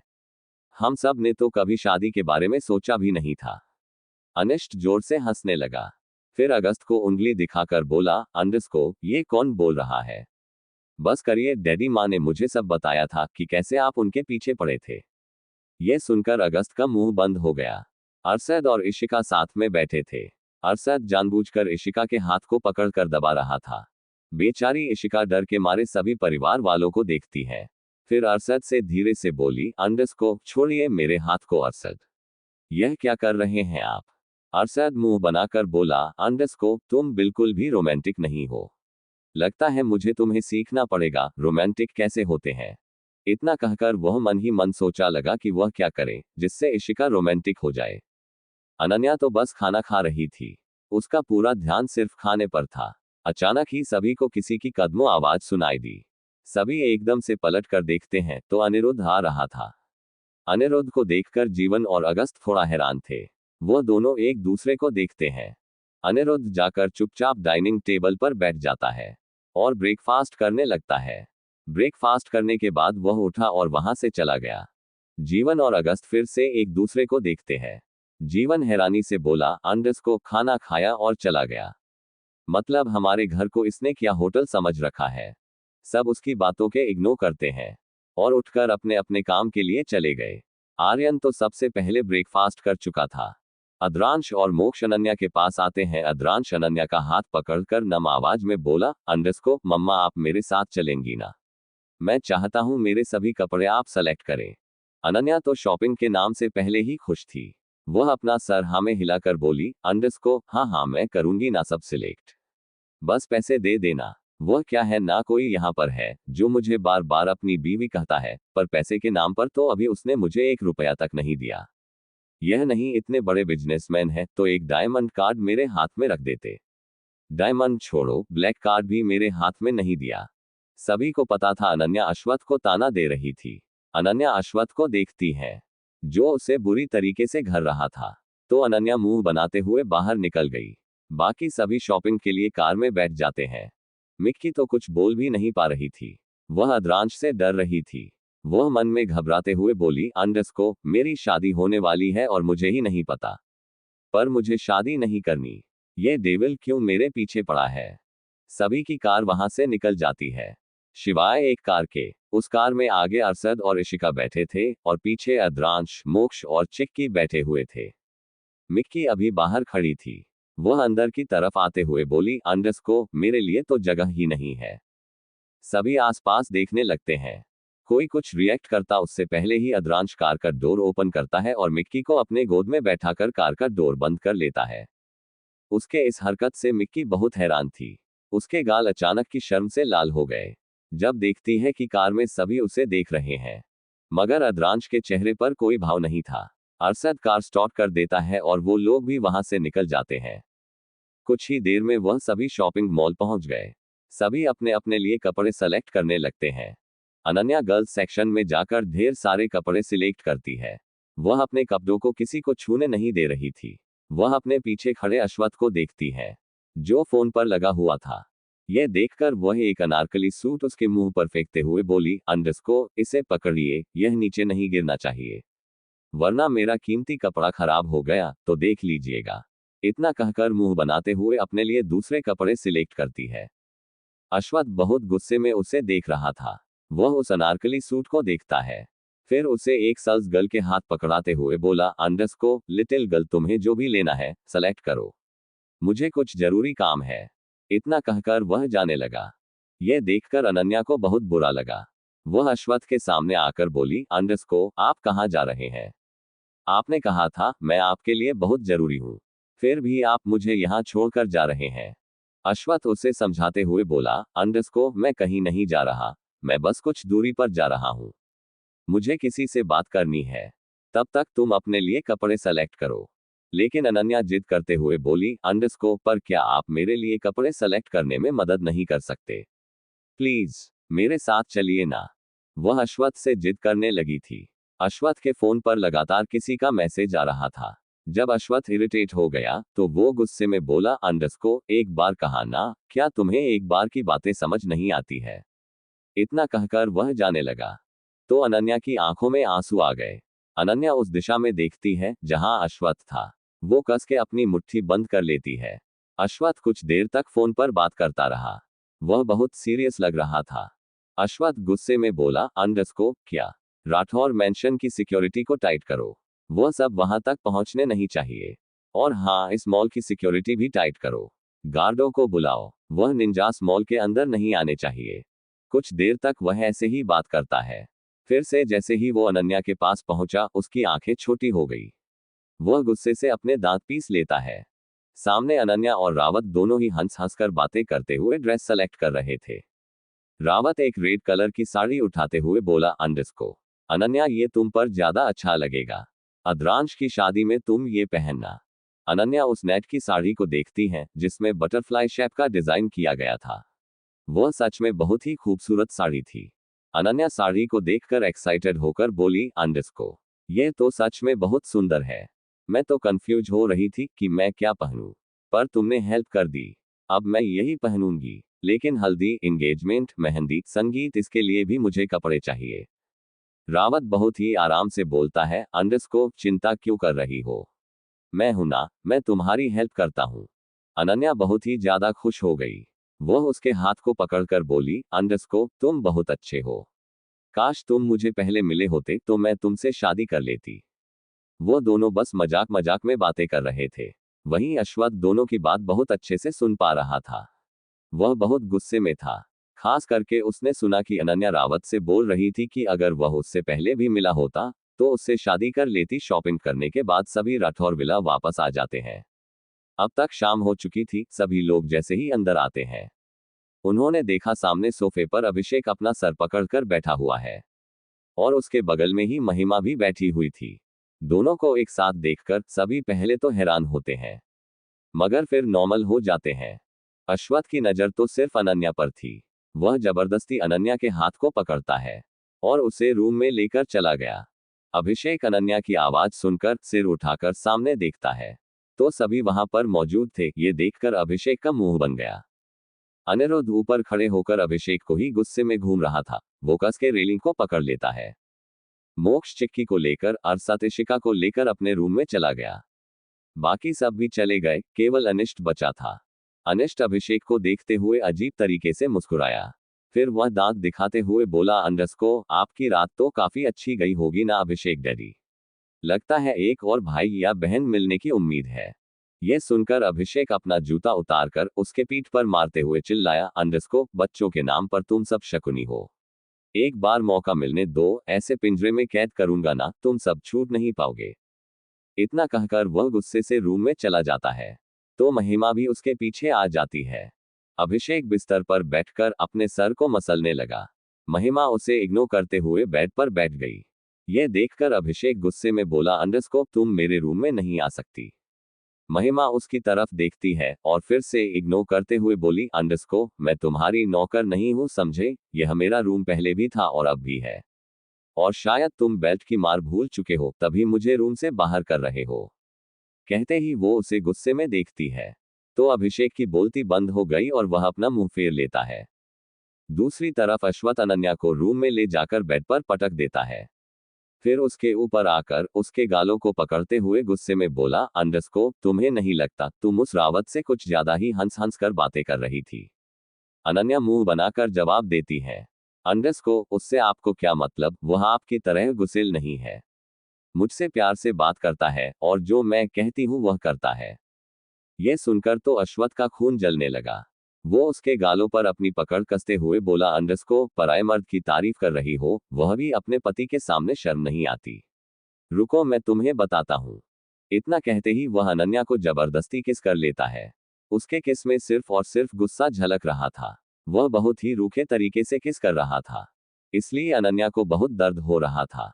अनन्या उसे खुद से दूर करने की कोशिश कर रही थी, मगर अश्वथ जबरदस्ती पर उतारू हो गया था, क्योंकि उसका गुस्सा उसके दिमाग पर चढ़ चुका था। शायद अब उसकी दूसरी पर्सनैलिटी जगने लगी थी, जो कि बहुत ज्यादा गुस्सेल और अनन्या के लिए पजेसिव थी। अल्पविराम अल्पविराम अल्पविराम। अद्रांश का रूम। अद्रांश किसी डेविल की तरह सोफे पर बैठा हुआ था। उसके एक हाथ में सिगरेट थी जिसे उसने अपने होठों के बीच दबाया हुआ था। वह अपनी नजरें सिर्फ मिक्की के ऊपर टिकाया हुआ था। वह मिक्की को ऊपर से नीचे तक देखता है, जिसने इस वक्त बाथरॉब पहना था। आद्रांश अपने हाथों से सोफे पर टैप करते हुए धीमी मगर कोल्ड वॉइस में बोला, अंडरस्कोप देखो अगर तुम्हें चेंज करना है तो मेरे सामने करो, वरना पूरे टाइम इस बाथरॉब में ही रहो। मिक्की घबराते हुए बोली, अंडरस्कोप आप ऐसा क्यों कर रहे हैं मेरे साथ अंडरस्कोप। यह सुनकर आद्रांश की आंखों में नफरत झलकने लगी। वह उसे ऊपर से नीचे तक घूरते हुए बोला, अंडरस्कोप बिकॉज तुम्हारी मॉम के कारण मेरी मॉम को जो दुख हुआ है मुझे उसका बदला चाहिए। मैं तुमसे शादी कर रहा हूँ। यह मत समझना कि मैं तुम्हारा कोई प्रिंस चार्मिंग हूँ जो तुम्हारे लिए कुछ भी करेगा। मैं आदर्श सिंह राठौड़ अपनी मर्जी का मालिक हूँ। मेरे साथ रहकर तुम्हें सिर्फ दुख और तकलीफ ही मिलेगा। मैं तुम्हें ऐसा तोड़ूंगा कि तुम्हारी माँ क्या कोई भी तुम्हें जोड़ नहीं पाएगा। शादी के बाद से मेरी बदले की शुरुआत होगी, तब हर रात हर दिन तुम्हें सिर्फ दर्द मिलेगा, पर मुझसे आजादी नहीं। उद्धरण चिन्ह कहकर वह हंसने लगा। उसकी हंसी बहुत डरावनी थी, जिसे सुनकर मिक्की डर जाती है। उसके माथे से पसीना निकल रहा था। वो बहुत ही हिम्मत करके बोली, अंडरस्कोप पर आप मुझे ऐसी सजा क्यों दे रहे हैं।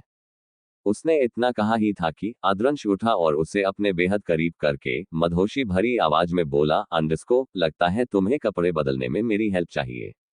कोई नहीं, मैं करने को तैयार हूँ।